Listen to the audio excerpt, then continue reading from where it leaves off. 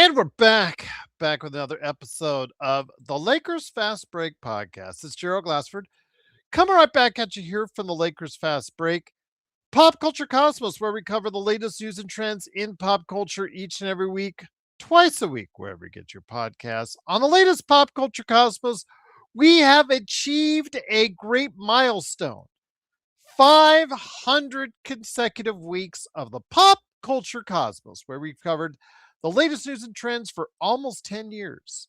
500 consecutive weeks of pop culture. And on today's show, we reminisce to some of the good times, some of the good arguments we've had, and also as well, we cover the Sony PlayStation hike. That's not so good. Project Hail Mary doing well again. Also, the Pokemon phase over as far as the growth of Pokemon over the course of period of 500 consecutive weeks and a lot more. So go ahead and check it out today, wherever you get your podcasts. And for those watching on the Lakers Fast Break channel, it is now available for members and will be available in the not too distant future this week, right here at the Pop Culture Cosmos. Indeed, 500 episodes. And just to let you know, you can thank the Pop Culture Cosmos for creating the Lakers Fast Break. It was my love for basketball that I incorporated on the Cosmos that gave me the impetus to go ahead and start my own channel for the Lakers Fast Break. So, wishing continued success to Josh, TJ, myself, and the entire radio stations that cover and carry the Pop Culture Cosmos. So, hoping we'll get another 500 consecutive weeks as is, if not more. So we'll see what happens. It's all up to you guys out there. If you keep on enjoying it, we'll keep on doing it right there in the Cosmos indeed. But also as well, want to go ahead and mention my man Drip Show at Drip Show Shop on Instagram, TikTok, YouTube, and Twitter. Go ahead and check that out right there. You can buy one right now. You can just go ahead and hit him up there and buy one. But we will be giving away one of these bad boys. It has been noted to me that we're going to just be on the safe side because FedEx is kind of crazy sometimes. We're just going to go ahead and make it continental United States. I know that's not exactly the thing that my Australian and European friends want to hear, but the skate deck can be yours. We're going to be running as far as a contest. You to enter it though, all you have to do, couple things, just enter, be on social media, go ahead and follow at Drip Show Shop on any one of his accounts: YouTube, TikTok, Twitter, Facebook, Instagram, wherever you can find Drip Show Shop. And also as well, be a follower and a member, or not a member, let's just say follower. Let's just say a follower for us here at the Lakers Fast Break. No hoops, no many hoops to jump over. Just be a follower of us. And we will go ahead, and if you live in the continental United States on the 12th, because that is the last game of the season, we'll run a contest as far as, and check all the subscribers out, and we'll see who wins a beautiful skate deck, right, courtesy of at Drip Show Shop. Also as well, El Rosto, and us right here at the Lakers Fast Break as well. Want to also go ahead and give a shout out to Daniel Berry Sports Highlights. Also as well, of course, Joe Soro and his Joe Soro experiment. I don't know if he's going to show up tonight or not. He's watching the Dodgers right now, and that's kind of tense right now. Also as well, want to go ahead and give some love to my man, John Costa, the Zoom executive. He is also got his Lakers corner, so go ahead and catch his 3-minute report. I don't know if he'll stop by either. He didn't give me any dissertation this time on my text on my phone, so he may stop by. Also as well, Legend 350, go ahead, as well, we know him as Legend, of course. So Legend from I Got Next Sports Media, go ahead and make sure you check him out today as well on YouTube and give him a like and subscribe as well. Vern said, just imagine if Dalton was average on defense, he would get 15 minutes tonight with his shooting, but he can't do anything right now. You know, again, Vern, I've gone over the story a lot. What I saw initially, I thought the kid might be a success for the Lakers. He looked really great in summer league. And then, you know, he got those really just great games early on in his career in the NBA. But then the cracks started happening, and just the fact that his defense is just that bad, his Matador defense is just that poor. And if it's something he doesn't fix, he'll be out of the league within the next 3 or 4 years. Although expansion might help him out, might save the day for him, and might allow him more years in the league, which is a good thing for him as well. But yeah, his defense is just that bad. And, I know in garbage time, he always looks good. That's his time, Vern. That's his time. So garbage time was a good thing indeed today. Wish I had a little bit more of it. Would have been nice not to see LeBron or Austin Reaves in the fourth quarter. Lakers got, I was irritated. About the end of the first quarter, Washington had a 1 point lead. I think on the level of mad, I was irritated. I said, Lakers at some point, just like in the past couple games, had to go ahead and flip that switch on. And they did. They did for 1 quarter. And what a quarter it was. In the second quarter, they just finally dusted off the Washington Lizards, I'll say, as Span McMahon would say. Washington Wizards with a 40-18 run, finally connected on all cylinders, looked really good in that quarter, and then pretty much coasted their way through to a 120-101 victory. At this point, the win's the win. Cleveland, which did win in Utah right around the time the Lakers were playing as well, they've got to fly over here, so they'll meet up with the Lakers tomorrow night at the Crypt. So looking forward to that. But LeBron James, solid game from him. 8 out of 16 from the field, 21 points, 10 rebounds, 12 assists for the triple-double. He did a lot share of the ball handling because no Luka with the suspension out tonight. And then the defense was okay. Not too bad in the space as far as Marcus Smart not being there. Now, mind you, it's the Wizards, and at times, in the matter of, well, actually, I'll give you an example. Within a span of a minute, I think they bricked, and I'm talking about not hit the rim, but hit the side of the backboard, not once, but twice on 2 3-pointers attempts. So, yeah, that's the Wizards for you at this point in time. But Austin Reaves also chipped in with 19. Even though he didn't shoot well from the field, he did get to the line 12 times, made 11 of that. Luke Kennard, 7 of 10 shooting, 4 or 5 from 3, 19 points. Hopefully that will get him started. 19 points for Jaxson Hayes. They had between him and DeAndre Ayton, who had 12 points and 7 rebounds, Jaxson Hayes 19-7. They had that every single time down the floor, guys. Every single time they could have thrown it inside with the height advantage that they had and could have gotten an inside shot or a dunk by the center for the Lakers, whoever that was, Hayes or Ayton, every single time down the floor. It was there from every single time. And Jaxson Hayes, 8 of 8, even made his three, his only three, I think his second one of the year. He is still shooting 100% from the field from 3. So congratulations to Jaxson Hayes. And the Lakers, again, they're with another victory that we expected. 3 straight wins over 3 straight tanking teams. They do get the victory tonight. 49-26. And remember, at this point, the Lakers season last season was 50 wins. So they are only 1 away from tying last season's victory total as they get the victory tonight, 120-101. They needed it because they're trying to keep pace with the Denver Nuggets just behind them, a game and a half behind. But remember, with the tiebreaker, essentially it's 2.5 games behind. Right now, they're also 3 games in front of the Minnesota Timberwolves and 3.5 games in front of the Houston Rockets, while Detroit and OKC are playing. And we saw this on the Discord. Even though Detroit had a short lead, a small lead heading into the final couple of minutes of the game, we knew it would be close. We knew that OKC would come back, and sure enough, and they lead by 2 with 5 seconds left in overtime. So would have been nice to see that lead shrink a little bit between them and San Antonio, make things more interesting as far as it's concerned. But hey, it's okay. We'll take the Lakers victory. 3 tankers in a row, 3 wins in a row for the Los Angeles Lakers. How are you guys feeling out there? Want to hear your thoughts in the chat. Vern says Jaxson Hayes rebounding has been really good the last, but yeah, he's been playing a lot better. Obviously, there's some incentive for him as well. Rui Hashimura has looked a little bit steadier in recent games since he's come back from his injury. He has looked pretty good himself as far as what he brought to the table so far. Looked pretty smooth in doing so. Yeah, again, the Lakers, this was pretty much a tune-up game for what's up ahead because they've got Cleveland on Tuesday and they have to travel to Oklahoma City on Thursday. So we'll see what happens. But again, Rui had also 14 points, 6 of 10 from the field, 1 of 3 from three, 6 rebounds as well.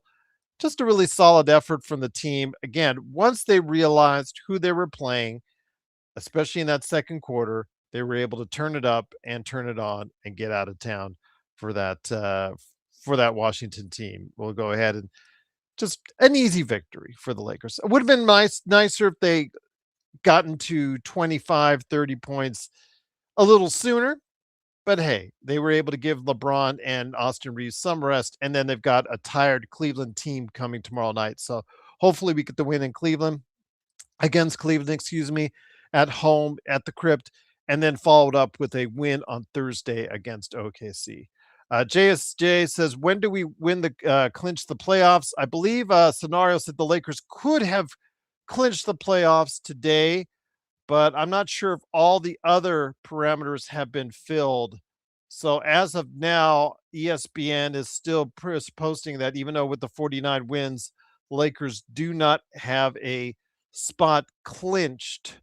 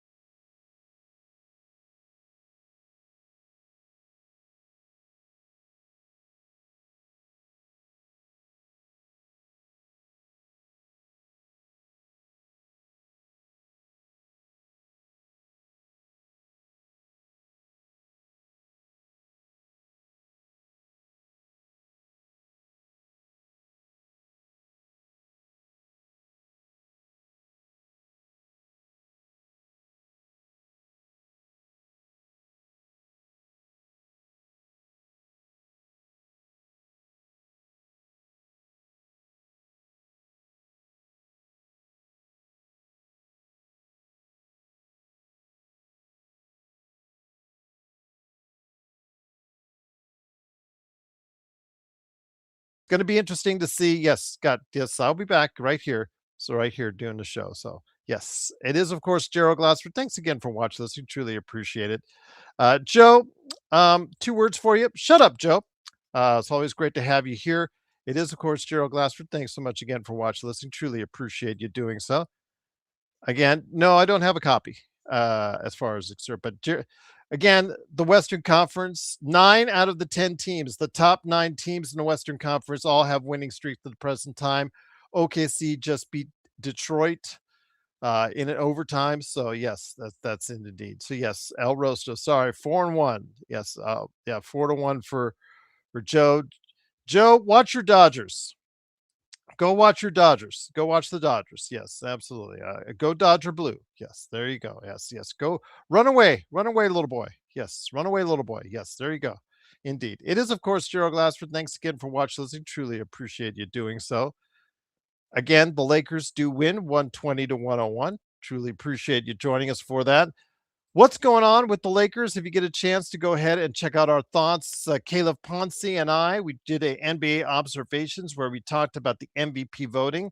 And wouldn't you know, before the game, JJ Redick dropped his almost obligatory words that he had to go ahead and drop in favor of Luka Doncic to say that Luka Doncic should be the MVP of the league based on what he did in the first third of the season and in the last third of the season. So I want to hear you guys' thoughts on that. Obviously, we're as Lakers fans, we're really biased on that, but I'll tell you what, he's had a sensational season. He's helped the Lakers get into a record that looks like it's going to be better than last season. He's leading the league in scoring, 33, 9 and 9. Great numbers for him. Do you guys think he should be MVP out there? I know many of you do out there, so I can't say I blame you. But JJ pining for Luka Doncic for MVP on a day that he was off, mind you. But we will see what happens because Luka is going to come back fresh on Tuesday, facing off against the Cleveland Cavaliers. Yes, strip show. Yes, I called Joe a little boy. Yes, tell the little boy to go run away and start, worrying about what's going on at Chavez Ravine right now. Vern said like that should fire up the Lakers. Yes, but again, it is of course. So imagine if someone cared about the South Bay Lakers. You know what? South Bay Lakers, I guess they're one of well, they have the best record in the G League if anyone cares out there. They are facing off against the San Diego Clippers, I believe, in their first round matchup. If you guys are into that type of thing, obviously we only check it out to see who's doing well of the Lakers that are two-way players or at the end of the roster. From time to time, we check in on that. So again, congratulations to the South Bay Lakers on a great season so far. But again, our focus is on what the big team, the Los Angeles Lakers, are going to do heading into the playoffs. And again, the momentum's there. Just can they hold off? Can they hold off the Denver Nuggets in the Western Conference? We'll have to wait and see. But again, it's Gerald Glassford. Thanks so much again for joining us. Easy victory for the Lakers as expected, 120 to 101. Again, what are your thoughts on JJ pining for Luka Doncic in a report? But he did meet with Dave McMenamin and others before the game, talking about Luka as the MVP and at 33.99 on pretty solid shooting numbers from him across the board. He definitely deserves and warrants strong consideration on that. So, can he get there? Because again, according to JJ, he had the best first third and the best last third of the season. Xbox says we should give Bronny the max. Xbox, go to your nearest drug testing center and give a sample because you may be on something that you may regret right now when you said that. I'm just kidding, my friend. Hopefully all is well with you, my friend, down under. Again, Lakers have won 17 NBA titles. Oh, really? That's great, Joe. Thanks you for sharing the knowledge that we already had. So, yes. Thank you for wasting our time once again. Run away, little boy. Run away. Run away. Or get on the show. Think another what you're doing. So, again, it is, of course, Gerald Glassford. Thanks again for watching, listening. Truly appreciate you joining us. The Lakers have won 120 to 101. Truly appreciate you stopping on by. It's Gerald Glassford. Cannot thank you enough for doing so. I'm not sure if John Costa will be here. He has not messaged me. So we'll look forward to getting him back on the show. And then, of course, hopefully Legend will stop by as well. But again, the Lakers right now heading towards the important part of the week here with Cleveland tomorrow. Cleveland flying over from Utah. They're probably getting on a plane here very shortly and heading on down here soon. So it'll be interesting to see if a tired Cleveland team will still match up well with the Lakers tomorrow night right here at the Crypt. So we'll have to wait and see on that one. But again, that's going to be a good matchup for the Lakers and a good test. Heading out after that on Thursday at Oklahoma City. They play Oklahoma City twice in the coming days. Do you think we can get a split from them? Or are you looking for more? Are you looking to get greedy when it comes to OKC and say we're going to take two? I'm saying split. So I'm saying split. So indeed. So again, it is, of course, Gerald Glassford. Thanks again I want to hear your thoughts, man. I want to hear your thoughts. If you think we're going to get a split on what's going on with the Lakers right there for you. So indeed, great to have you here. Looking forward to bringing you back on again. Yep. All right. Always great to have you. Thank you again. Truly appreciate you doing so. So, yep. Again. Oh, Joe, did you say something? I don't know what happened, man. Something must have happened to you. So, again, great to have you here. So looking forward to hearing your thoughts. Bronny is a top 5 bench player. Drip Show. Please send yourself to the nearest drug testing facility alongside Mark, aka Xbox, and if it does come up positive in several different categories, you may want to, for the good of your family, maybe get off of what that harsh paraphernalia might be. No, I'm just kidding you, Drip. Nothing but love, my friend. Um, Johnny 2K6 going to depend how the refs let the Lakers defend SGA. That's the key in every series. SGA, again, whether you say he manipulates or foul merchant or whatever you guys want to say about it, he does get a lot of contact and gets a lot of calls for him. How many free throws will he be allotted in a series? If it's under 10, obviously that gives the Lakers a better chance.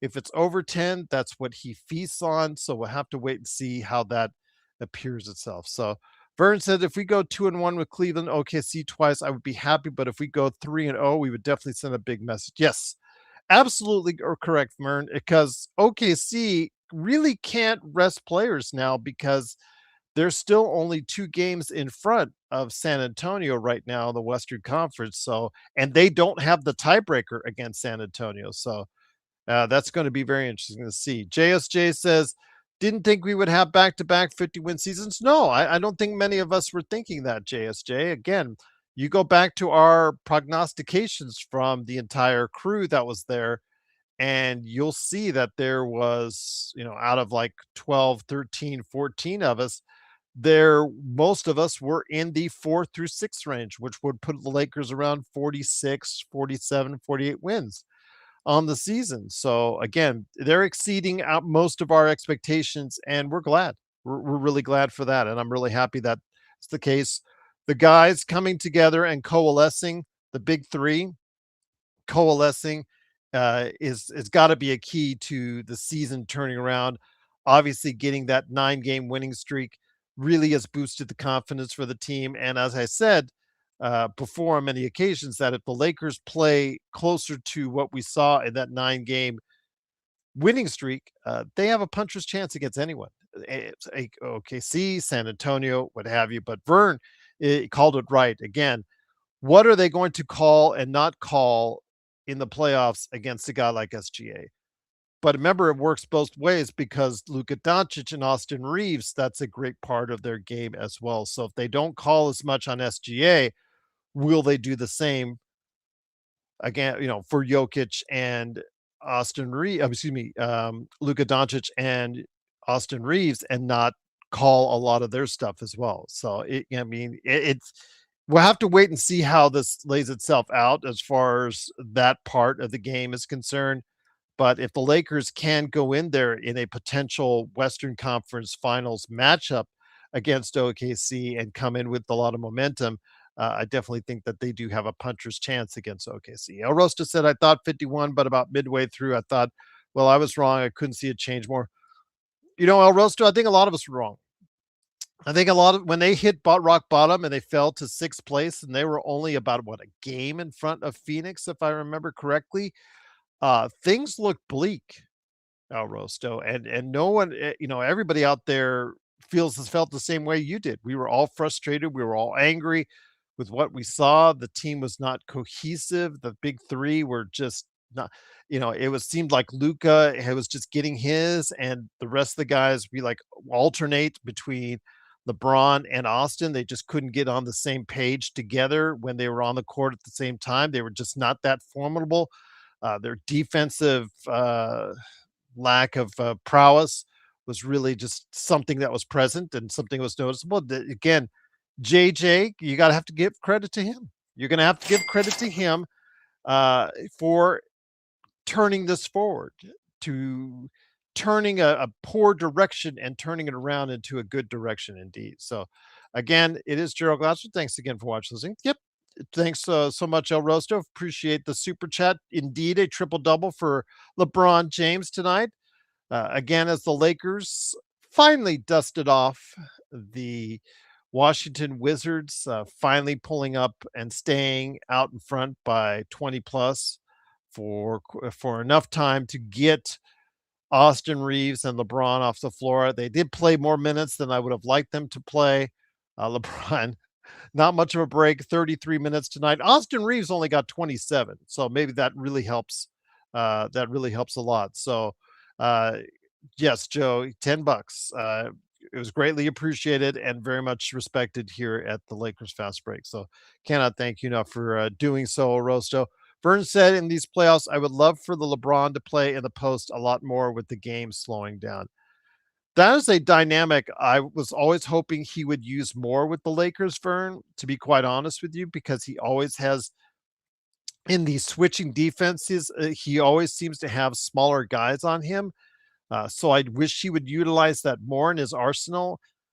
But then he falls in love with the turnaround fadeaway. And that's not the part of the game in the when he's backing people down that I like to see. I like it when he backs people down and then spins and goes to the basket. I think he's more successful on that. So maybe they will utilize that more if they see advantages within the defense on that. So I'm hoping that'll be the case. But because LeBron looks good, I got to play a lot with his son tonight. Bronny, do have to go ahead and make sure we have the standard quote for Bronny. 6 points, a sparkling 2 of 10 from the field, 5 from 3. He was a +4. But again, with the bench scoring one of their highest outputs of the year at 42, at 50 points, 50 points from the bench. That is something I've wanted to see for a while, is the kind of output from the bench that this team really needs from time to time. It really helps if that bench is scoring above 30 points in the game. It really helps indeed. So JY said JJ should be coaching Duke. They need him. Lakers would have found a legitimate candidate. I mean, that's obviously something to think about there, JY, as far as should be coaching Duke. They need him. They gave up a shot. They choked. You can only say they choked. They had a large lead. They choked in the second half, and they deserve to lose. When you let it go that seriously in that big of a moment, then you really deserve to lose. Lakers would have found a legitimate candidate. Sounds like you're not really high on JJ. For me, he's made some good adjustments, JY. I think we have to start giving him a little bit of credit that he's made some adjustments with this team defensively. He knows this team is a defensively flawed team, so he's been trying to camouflage it for a good part of this calendar year in 2026 by throwing zones, traps, depending on the situation. Today was more man on man because, who is actually scared of the lizards, aka the Wizards? Not really anyone. So I just think we got to start giving him the credit. I mean, today they held Washington to 101 and didn't even look like they were really trying hard in doing so. Maybe it was because they were playing well with the Lakers, and you had the Wizards shooting air balls and bricks half the time. It was almost like 10-0, all in favor of the Lakers. But again, it was still something where I think the Lakers and JJ Redick needs to start getting some credit. I was really down on him when the Lakers were, like we talked about earlier with El Rosto, when the Lakers were in sixth place in the Western Conference and they were fading and they looked like Phoenix would overtake them in the Western Conference. You know what? A lot had to be put on him because what he was doing was not working. But you know what? When this team made the dramatic rise, when they won the 9 games in a row, when they found ways to go ahead and win games, when he trusted his assistant, Gary St. Jean, to drop a play to have Luke Kennard win in Orlando, you got to start giving him credit for being able to make changes on the fly, make adjustments, and being able to go ahead and help this team find ways to win. Of course, put a lot on the players. You got to give a lot of credit to the players as well. LeBron James figuring out, and obviously there was a conversation that had to be had there between JJ and his old podcast buddy LeBron James about how LeBron had to maybe go look at things in a different light than he ever had before as a supplemental player as opposed to being the guy on the team and the alpha on the team. And that's really helped the team in a lot. And also as well, utilizing their centers a little bit more in the offense and really sticking to that pick and roll game with, of course, DeAndre Ayton and a mix with also Jaxson Hayes, who has seen a lot of recent success as well.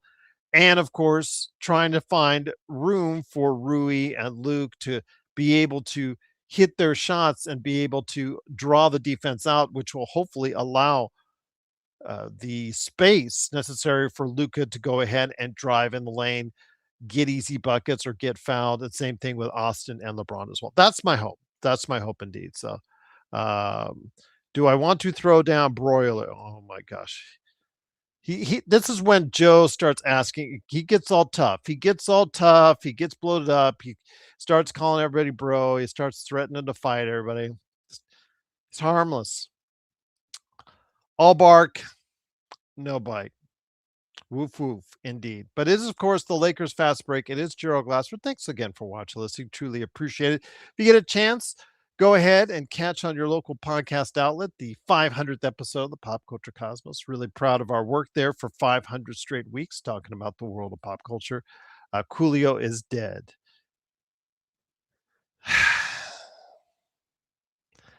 Yes. And you wonder why the chat is what the chat is with the stuff right here. Oh, You're Xbox. Awesome. Xbox, you are awesome indeed, my friend. You do not need to go drug testing because you are a member now. Again, much appreciated for being a member for 19 months. He said this was the perfect game to have Luka rest. Absolutely cannot thank you enough for that, my friend. It is just truly great to have you a part of what we're doing here at the Lakers Fast Break. So no need to go ahead to go drug testing for the Bronny comment. There you go. But I knew you were kidding. I knew you were kidding. But Johnny 2K6, great to have you back, my friend. Haven't seen you in a while. Hopefully all is well with you. Seen a lot of new faces come around. That happens sometimes as the Lakers get on a win streak or get close to the playoffs. Things are starting to look good. Get to see some old faces again. It's great. I love it. So again, saw CJ earlier. It was great to have him on Discord. Yeah, absolutely. Cannot thank everyone for being a part, whether you're new, returning, or an old viewer. Just cannot thank you enough for stopping by. Who's that? Vern said LeBron is finally accepting that for us to be at our best, he has to be the third option. Whatever you want to say, Vern, a third option, or just, if he's feeling it, being the second option behind Luka. As long as if this team works out, if this team gels, if this team goes far in the playoffs, it'll be because you get constant productivity from all three of the key members in the big three. And that to me is what I hope for. And we saw that over the course of that 9-game winning streak. And we still see this, even to this day, except for today, of course, without Luka. But I still think that, again, that those three are gelling and continuously playing at a great level. And obviously, there's going to be some great incentivization for that for Austin Reaves, who is a great source of conversation. Yeah, absolutely. Cannot thank you enough. You're awesome. Appreciate it. Oh, thank you, Hemming. Appreciate you coming a member also as well. Thank you, Hemming, for becoming a member as well. Cannot thank you enough for doing so. El Rosto, truly appreciate as always. He said out 5 Lakers Fast Break memberships out there. El Rosto's feeling generous, and I cannot thank him enough. Joe Soro just said he doesn't do memberships. Well, that's Joe for you. Again, appreciate awesome. El Rosto sending out those memberships. Once again, it is the Lakers winning 120 to 101. Experiment says Luka better stop complaining to the refs starting tomorrow. Yeah, good luck on that. You're awesome. A leopard doesn't change his spots too quickly. I'll just say that. But again, it is, of course, the Lakers fast break. Now, I do hope that Luka takes it seriously and tones down his rhetoric against the refs, but I do not think that will be the case, but I'm hoping. I mean, we'll see. Cleveland, you've got a high pressure game there. You've got a high pressure game against OKC coming up. You got Luka going back to Dallas on Easter Sunday. And then you've got Oklahoma City at home next week. So some high pressure games in the near future. We'll see if he changes his tune. He now has two technicals before he gets suspended again. So we'll wait and see if he, puts them in the holster or he goes ahead and utilizes them. And if that's the case, that's not good news for Lakers because he'll be sitting out once again. Vern says Luka doesn't need any more technical fouls. Yeah, he doesn't. Absolutely, he doesn't. But again, he just gets in it with people. He just gets in with fellow players. He gets in it with people, the fans. He gets in it against the bench on the other side. He gets into it with the refs. He just can't seem to stop chirping. And that's something that, as we said, when he got traded here, one of the highest level scorers in the game, one of the best players on the planet. But he has things that we have to tolerate as a fan group because it just is who he is, and he's going to have to curtail that in following years. It's detrimental to the team. What if it wasn't Washington that he got suspended against? What if it was an Oklahoma City or a Cleveland or a Denver or a San Antonio that he got suspended against? We would all be super pissed right now. And if he does that and he gets the amount of T's, technicals allotted to him in the playoffs, and he starts doing that in the playoffs, and he gets to the point where he's suspended for a playoff game, that's going to make us livid. I know that absolutely, and I can't. That's plenty of donation. Yes, you have donated 2,000 hours, Alice. So yes, there you go. Yeah, I want to come home so I can feel better about myself. Yes. Again, Joe, if you want, we don't have to compliment you. We can insult you just fine, and that's always something that we can always enjoy doing as well.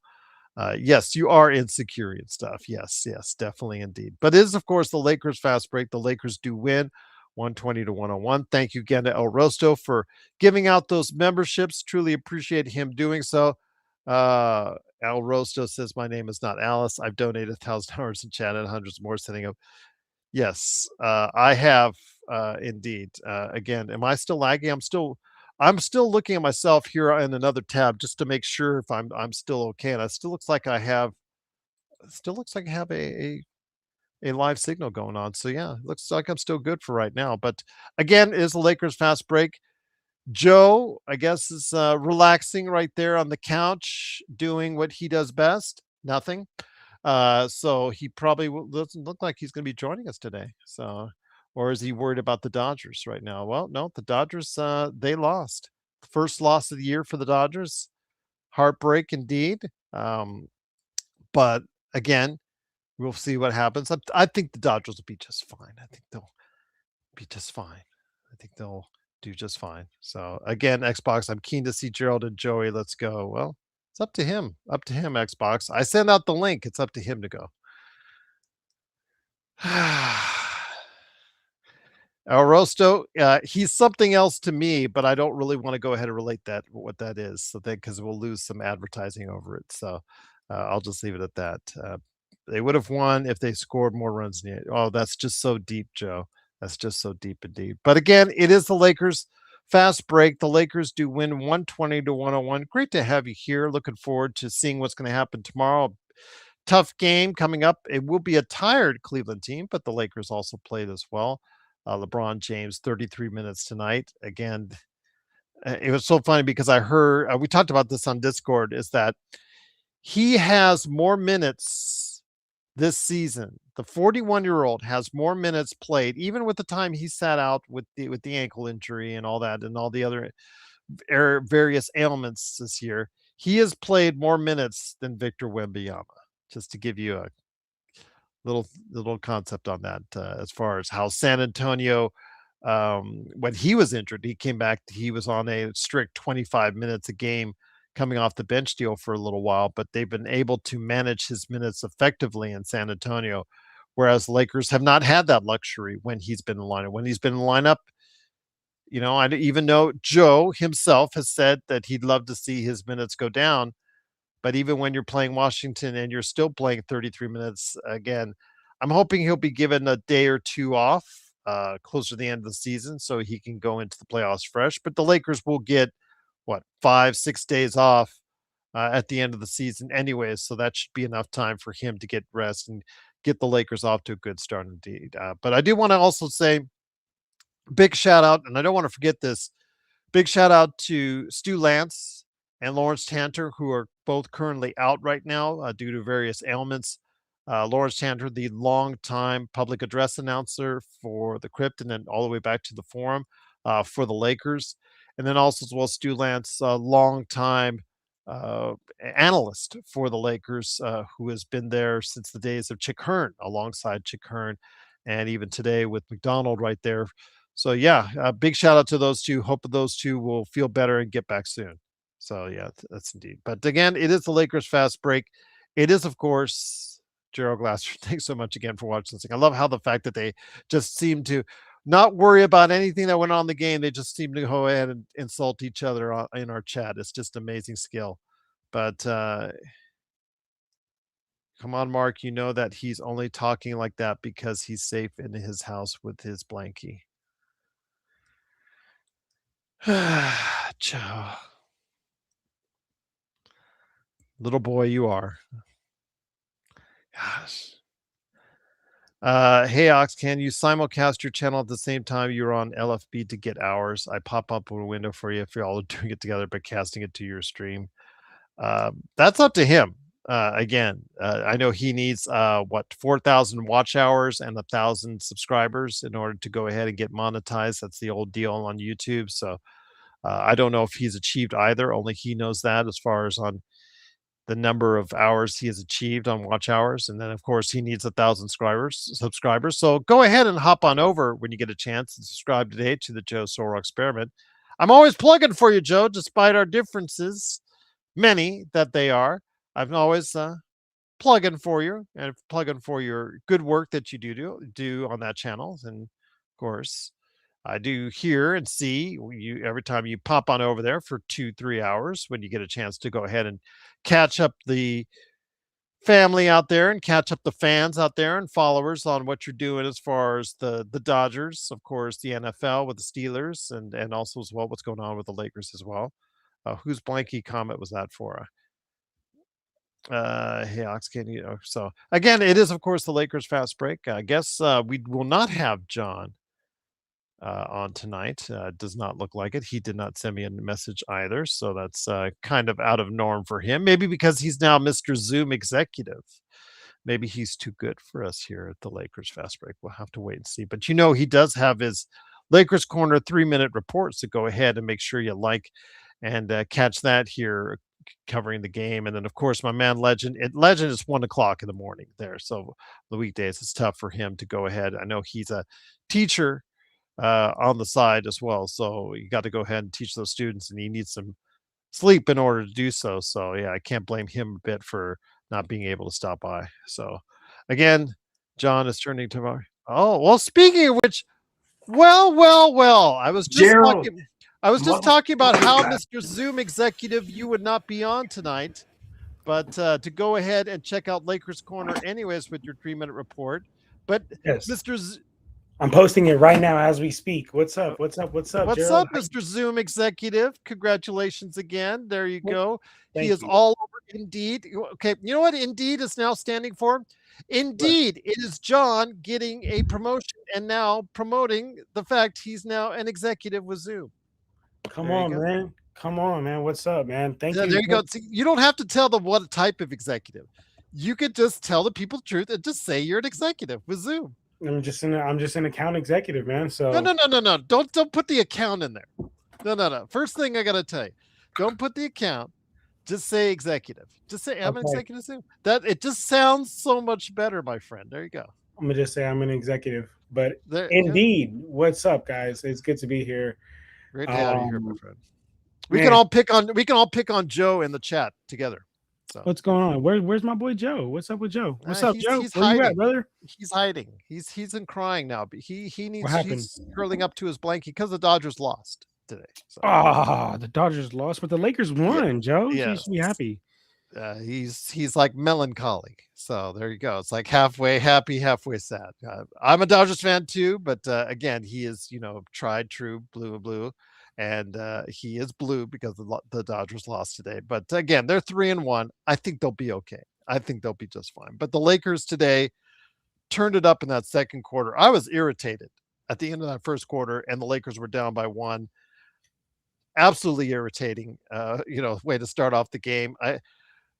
This team should have been put away in the first few minutes. If you watch the Washington Wizards right now, they're just bad. They don't play any team offense. They just do one-on-ones. They just basically just try to shoot from the hip all the time. They miss badly on quite a few of their shots. It is a really bad team. So I'm glad that finally the Lakers decided to go ahead and put it out all in that second quarter. Third quarter, again, old habits die hard, and they tried hard to let the Washington Wizards get back to a point where they felt some confidence. But finally, the Lakers decided to dust them off halfway through the fourth quarter. LeBron playing 33 minutes, getting the triple-double. I did note to the audience that he now has played many more minutes than Victor Wembanyama, to give you an idea of how many minutes he played at 41 years old. They want to put that guy over Luka Doncic for MVP. God damn, man. That's great. There you go. But again, wait, hold on, Joe. I am not turning into Vari. I am not going anywhere. But no disrespect to Vari, because Vari's a legend. But Joe, I'm not going anywhere. I'm here, and I'm here to stay, brother. And you know that. You know that, brother. Just sometimes life be lifing. You know what I'm saying? Life be lifing sometimes. But I'm here. Joe doesn't know much, but he should know that. Joe knows that. Joe knows I'm a real one. We know what's up. We know what's up. Fair enough. Who wins the one-on-one again?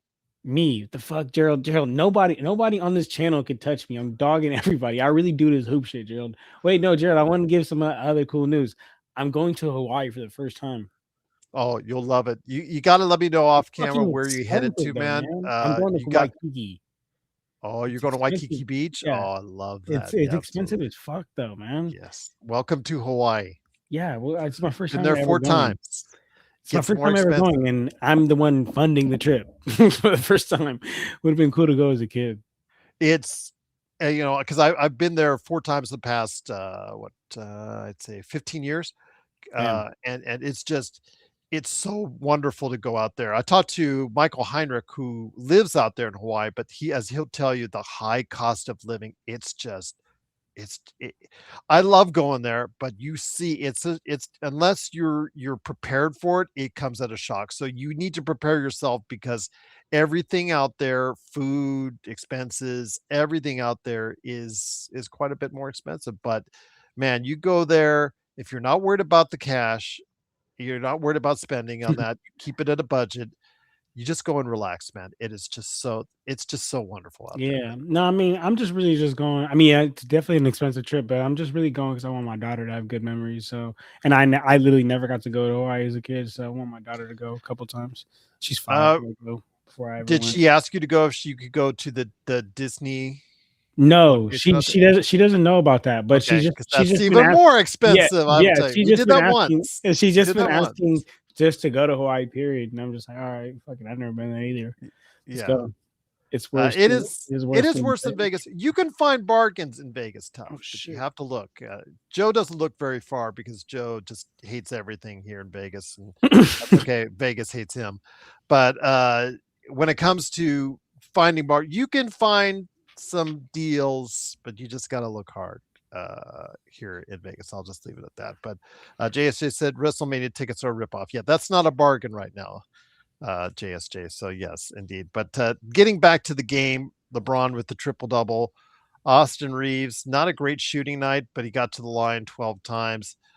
One thing that was mentioned in the chat, because we were watching, is what was going on with the OKC Detroit game. And Detroit, unfortunately, had the lead late into the game, but couldn't get it done. OKC with SGA in a playoff series. All I say is this: if you're going to give the calls to SGA, who lives at the free throw line, you've got to do the same for Luka and Austin. who also do much of the same thing. If you're not going to do that for SGA, then you're probably not going to for Luka. It has to be one or the other. It has to be one or the other. If you're going to do it for one, you're going to do it for all three of them. If you're not, then I understand to let the best team win. And shit, do it for LeBron too, bro. If we want to be real, I know there's a lot of LeBron haters in this chat, but if we're being real, LeBron has literally the worst whistle in the NBA, and they always say, "Oh, it's marginal. Oh, it's marginal. Oh, it didn't affect you, guys." You cannot reward people just for being smaller. The NBA rewards players for being smaller. LeBron James literally has the worst whistle in the NBA because of how big he is, and he's getting hit, and they're just like, it's marginal, it's marginal. But if that same hit happens to a Trae Young, a SGA, a smaller player, it's a call. It's a call every single time. So yeah. Not only do you have to do if they're gonna call it for SGA, they got to call it for Luka and AR, but shit for Bron too. Well, one thing you just can't have. Okay, let's go to the OKC Denver game. Shai Gilgeous-Alexander got 25 free throws tonight. That's crazy. That is AJ Mitchell got 6. The rest of the team on OKC got 1 free throw. One free throw. This team is feasting and relying so much on SGA to get to the line.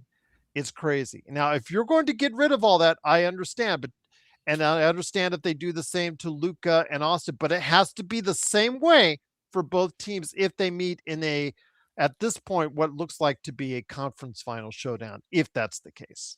Yeah, no, for sure. I mean, that is a tough thing for well, I think with refs nowadays is that they don't call it the entire season. Like if they're gonna call it like that, all right, dope, that's fine. But then call it like that regular season, call it like that playoffs. They will change up their entire whistle come playoffs. And I think they usually choke on the whistle a little more. They choke on the whistle a little, which is cool for like a basketball fan. What's up, Mark? Good to see you, brother. Good day, mate. Oh wait, Gerald, I'll get back on topic. I need to tell Mark something. Mark, I have been watching these guys on YouTube called Misfit Minds. They're from Australia. They're from down under. Brother, they are fucking hilarious. I don't know if you guys like know of those people or whatever. They're fucking hilarious. And they got me saying mate and petrol. Petrol is how you say gas. It's not petrol, mate. Oh, mate. So I just been on that, Mark. So shout out to the down under. He's an honorary Australian now, Mark. Yes, mate. But yeah, Gerald. I honestly forgot what I was saying. I got caught up in that. Well, we were talking about SGA getting to the line, yes. and in the playoffs, they have a tendency to choke on the whistle. I am just concerned that in a 7-game series against OKC that they'll favor one over the other. And that should not be the case. It works either for both sides or none at all. I 100% agree. If we're gonna call it one way, and then you got to call it like that the other way. Now, unfortunately, like I said, we have LeBron James, so I don't think that's going to be the case. So that's that. But honestly, Gerald, I'm gonna be on. I've said this since the beginning of the season multiple times. You can check out my Lakers Corner page, which please do go check out. I feel good about anybody except OKC, Spurs, and the Nuggets in the 7-game series. Anybody else, I feel great about. And even if the whistle did go fair, though, Gerald, I still don't think we could. Unfortunately, we could beat OKC in a 7-game series. Well, right now, they would be facing, I believe they would be facing the Houston Rockets in the first round. And obviously, after our success in Houston. Oh, yeah, I like that. You like that. I just think, again, it's up to the Lakers to sustain it. But as I talked about before you came on, the 9 out of the top 9 teams in the Western Conference all are on winning streaks. So everybody is playing or starting to play well at the right time here in the West as we get closer to the end of the season, my friend. Hey, this is about the right time to start ramping up, Gerald. I mean, we happen to go on that great 9-game winning streak. That was amazing for us at the right time. But this is really the right time to wrap up. I think it's like 8 more games left. I think 7 more games now. 7. Yeah, Yep. 7 more games now. Gerald, let me And ask you this. I was mhm. talking about this in my weekly recap episode I just dropped here this last weekend. All things Lakers. Come on, baby. You know what it is, Gerald. I Okay. watch I it. I love told that. you. A real one. Oh man. Touch my I heart. support my friends. I Unlike love Joe, I support my friends. that. Okay, Gerald. So again, we all feel very good about that Houston matchup, right? Now I'm not saying will you ever, you know, try to intentionally, lose games, I guess, or You know, whatnot. when you But get cute like that, it just burns you. I it think the burns you in the Lakers butt. didn't the Lakers do that a season or two ago? They tried to No, get I think cute. it was the bitch ass Clippers that did it. Okay. Uh, oh well, looky who we have here. Looky who we have here. He He's waits until going, the Joe. last I part appreciate of you, the Joe. show. He saw me. He's like, oh, they're having so much fucking fun. I just want to go join. What's up, Junior? It's my brother, man. Okay. Legend. There you Absolute go. Huge legend. shout out to Lakers Corner indeed. But it is, of course, the Lakers winning 120 to 101. And here today to go ahead and talk about today's game, I guess. He's making weird faces already. I'm kind of worried. But again, we've already asked two people on in the chat to do drug testing. So where do we go from here, anyways? It is, of course, the guy behind the Joe Soro experiment. It is, of course, Joe Soro. Joe, good to have you here. The outcome of the game was never in doubt. Um, it just didn't start off the way we wanted it to. The Lakers finally realized in the second quarter who they were playing against. Third quarter, decided to fall asleep again. And fourth quarter, woke up to finally go ahead and dust off the Wizards. Your thoughts on the game? I know that we're all looking ahead to some matchups like tomorrow night against Cleveland, the two games against OKC, and Easter Sunday in Dallas. But this is a necessary evil that you have to get through is through these tanking teams and to stay focused. All it took is just, you know, certain points in the game for the Lakers stays focused, and that's all they needed. Yeah, it was a. I'd say Jaxson Hayes had a good game and LeBron did Oh his yeah, 8 thing, of 8. Mhm. but And that a was 3. that was probably the most exciting part of the game. Everything else was just not fun at all. It was it's embarrassing that the NBA has a team like the Washington Wizards in it that that watched a non NBA player play a lot of minutes and still do nothing, and you still lose by 19. I can't even register how an ownership or a general manager or coach would allow that. Like justifies a player being out there like that. Or I are you talking can't. about You not have attacking him? for a good amount of time. You had Vando and Bronny on the same court. Yep. Vando has -1 basketball IQ. He has maybe a 2 in terms of just overall identifying of anything on the basketball court. And then you have Bronny James, who's just Just not at the level of just everyone else. not in any realm going to be anywhere near an NBA player. And you still get your ass whooped by that. That I don't even know what I would have done. I really don't. You know what that I tells probably you, would have Joe? fired everybody. Honest You to know, God. you know what that tells you? I was telling my brother, we were watching the game together. This team has no continuity. This team looks like you just like got some good basketball players at 24-hour fitness in the gym. You were just like, hey, come play together. I don't give a shit what you're doing. Okay? I don't care what you're doing. When you see something like that, this goes much deeper than basketball, NBA, and whatever. It's just this is what a loser mentality, the acceptance of the losing. This is what it is. I've been watching a lot of older games. I happened to finally catch the 30 for 30 about the Mets, the Mets of '87, and how they were all a bunch of renegades and crazy people on that team, right? And it's funny how a lot of the stuff that happened during that time, minus the hedonism of what they did, obviously that's not anywhere how let's say the Dodgers operate, but the way people spoke, the way people identified with things, the way things play out, you'll notice they're not that different. And we're talking about 40 years ago. See, that's the problem with society is a lot of times people assume that things just started now when it's human beings. Human beings have been the same since the beginning of time. It's just technology has changed. So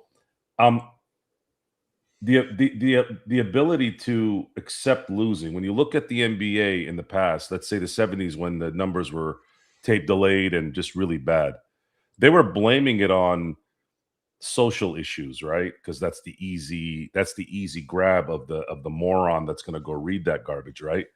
When in fact you start listening to what certain players say in baseball or in basketball, let's say, and they're like, oh, well, they're just there for the check. And that plays a part in all this, right? If you're not going to care as an organization, especially in a moment where you are playing with guys that have no business really being in the NBA, and I know that Washington has a lot of that too, but I don't know. I saw some talent on there if they actually gave a damn, but they don't have the heart. They don't have the heart. They may have the talent, but they don't have the heart. But I couldn't. The story of today is how does the Washington Wizards allow themselves to get beat by players that weren't even playing well? Joe, they're just fucking hooping. They don't even know what they were doing. They were just attacking the matchup, taking what they The question is always why, Joe? Why? I always hear the why. How come anybody doesn't say, what does that mean? Where did that come from? It's always why. Do I really have to explain why at this point? I'm 48.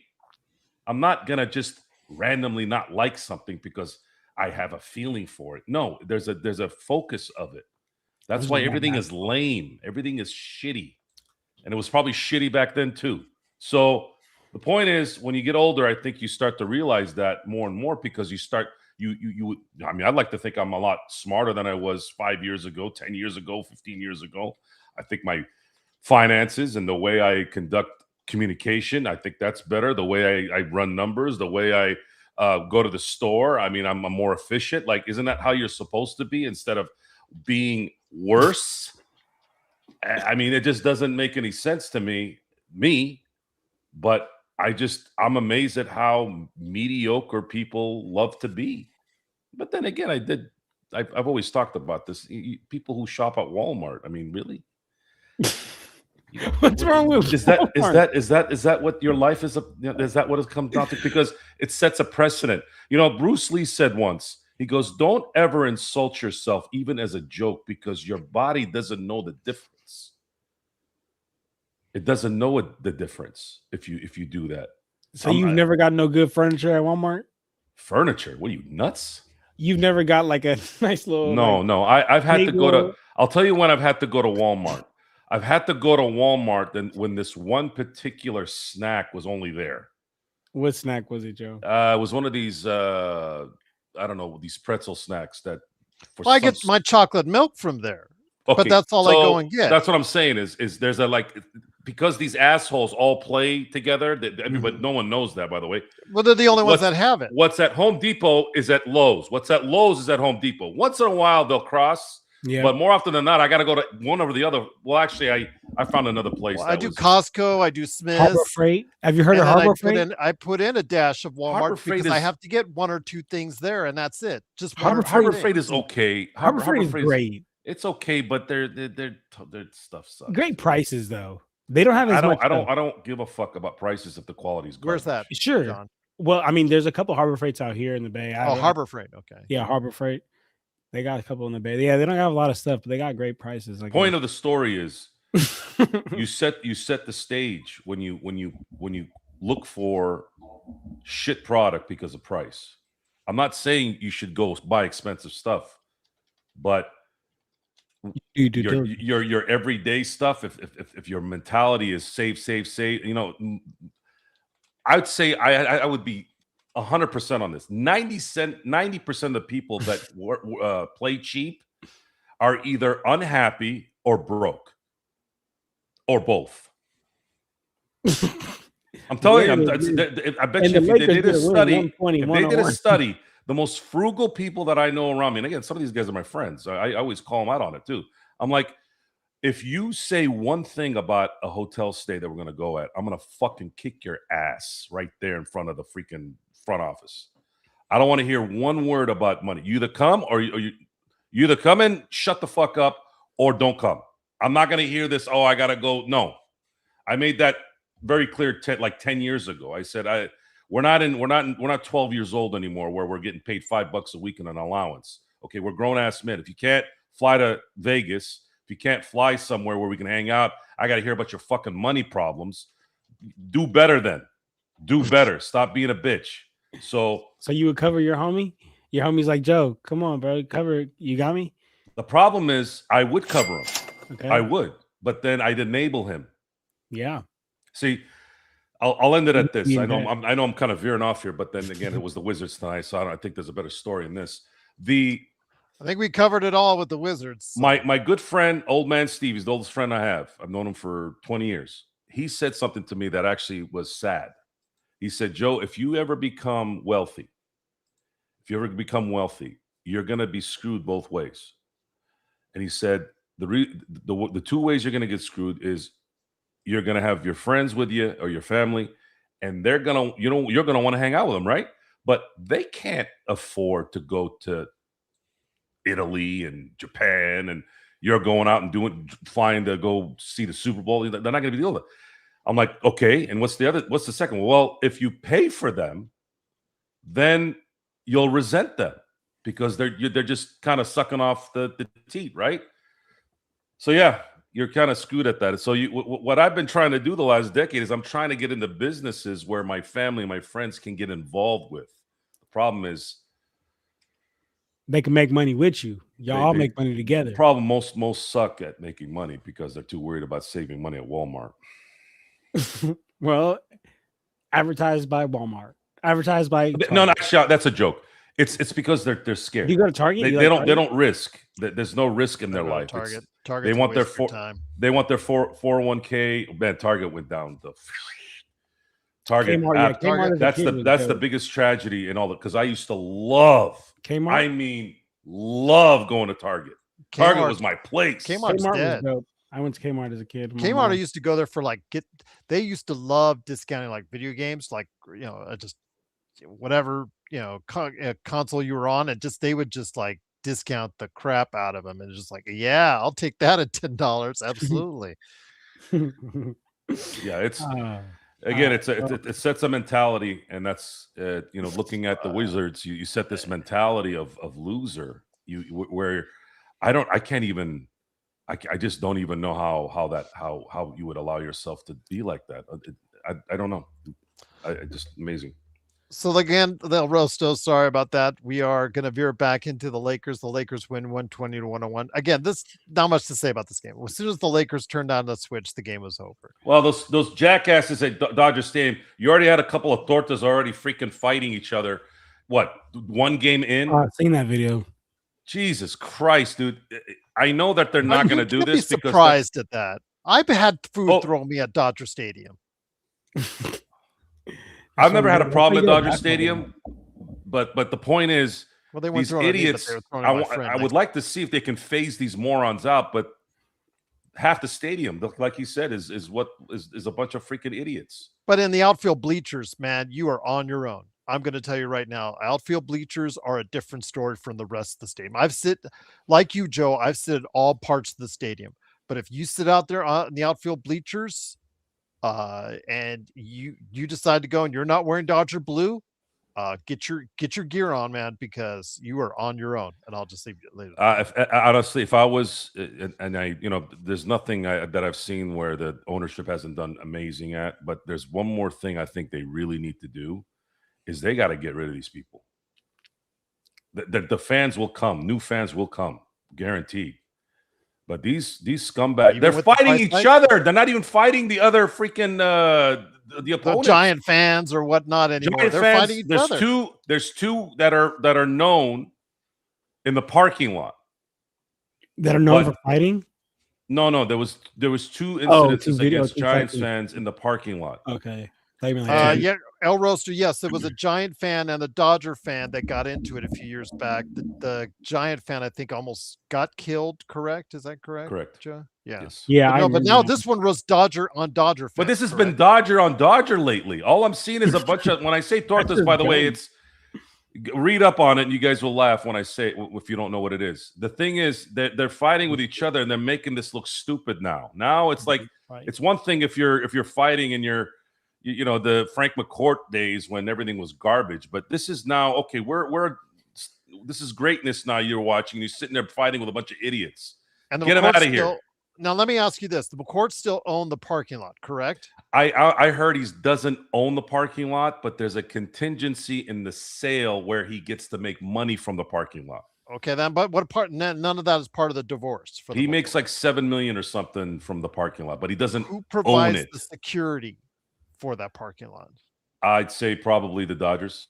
Okay, I just wanted to clear that up because I remember you explaining it like a while back. But yeah, I thought he owned the land. I thought you said he did. So but I found out he doesn't. I guess it was bullshit. The one thing is the one thing that we've seen is there hasn't been a major incident for a while now. I can't remember when that was. I think that was probably the last time I heard of something in the parking lot. Mm-hmm. I'm sure there's been stuff in the parking lot after that, but nothing big. I was also harassed in the parking lot. Raiders and Niners games back in the day. I've been. I'm telling you right now, guys. I've been to 4 Raider games. That shit used to get fucking crazy. I was hanging out with Raider fans in the stands. It is not like that anymore. You know who's worse? You know what the worst stadium was? Was Candlestick. No, but the thing is, look, Candlestick was I know bad. I'm not big into football, but I had been to a couple Raiders games when I was young. That was in the Mausoleum, right? Yeah, that was when you walk past that like little that tunnel and they're like Raiders. I'm thinking that tunnel is gonna explode. They shot the Raiders. They still do that in Las Vegas, but it's all clean now. Nobody fights. It's all because the other team has already half the audience there now. The other team whoever it is is either half or more of the Raiders crowd that's there, and it's sad. Because I went to 3 games last season.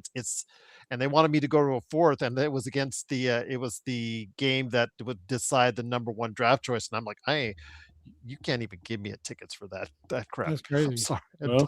I'm done. That's like a tanking team against a tanking team, John. You do not want to see that. That's misery. Again, getting back to the Lakers. Sorry, El Rosto, once again veering off. The Lakers do have some good matchups coming up with OKC twice, Cleveland tomorrow. To him for veering off. This is your show, Gerald. This is your show, Gerald. Well, he wanted to. He should apologize to you for not saying "good show, Gerald." Right?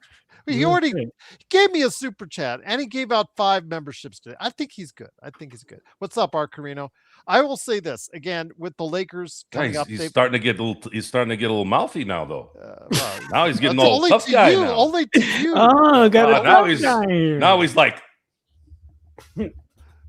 Only to you. He's talking with some authority. He's like that Kermit meme where he's like. You just bring that out in people. You just have that je ne sais quoi where you bring that out in people. I don't know what that means, but you're like the heel. You're like a good heel who can draw heat. There you go. I'll leave it at that. Well, I will say I do like the occasional sweet chin music from the 90s. So sweet chin music. And Stefan, we'll get back to Bronny and his sparkling performance today. Here in a second, but I want to get to the Lakers schedule. John, let me bring it back to you, and Joe, please chime in with it because the Lakers do have 4 important games coming up. I think that's going to make or break where they're at as far as their seeding is concerned, John, with 2 games against OKC, a game against Cleveland, and an Easter Sunday in Dallas, where Luka should go off for 90 for all intents and purposes. But let me ask you this. Cleveland's going to be a tired team tomorrow, but obviously they're still very formidable. They did win in Utah tonight, but it's those OKC games that I think a lot of Lakers fans are pointing to. Are you looking for a split when it comes to their time with OKC upcoming this weekend next? 100%. I mean, I'm looking for a 2-0, but I'll take a I'll take a split, absolutely, right. But I'm looking for us to go 2-0. But what are the chances of us going 2-0 against a team like that? Might be a little tough, especially with how tough seeding could be. But I'm definitely at least expecting a split. I know we're good enough to at least get a split. So if we go 0-2, that's a big problem. But to my point, I even said earlier, Gerald, when I said like there's no team. I don't fear any team in the West unless your name is OKC, Spurs, and Denver. And then in Denver, again, like I have my qualms about Denver. There's times I see him and I'm like, oh, I feel like we could take him. But then I think about the fact that it's not a 1-game thing. It's a 7-game series. And that double that we throw Yoke, he's going to figure that out. So to answer your original question, Gerald, yeah, I'm at least expecting a split. But, a man could dream. A man could dream 2-0. I'll take that. What about you, Joe? Again, 4 interesting games. Again, I think Dallas will put up a fight on Easter. And then, of course, you got the OKC games, road and away, and then Cleveland as well. What do you see over the next 4 games? I don't think if they beat Cleveland tomorrow, I don't think it matters if they lose both games to Oklahoma City. I think they'll lock up a playoff spot if they win tomorrow. Yeah, I think they'll still win. They'll still beat Dallas and likely finish off the last 3 games with a win. I don't see if they have to, they'll win those games. I think the Lakers have all but locked up the 3 at this point, even if they lose both games to Oklahoma City. Because Tufso says right, with Denver's very fluffy schedule, they could win out. They could, but they won't. No one wins out. It's hard. You gotta be on a run like Luka to do stuff like that. And I don't see anybody.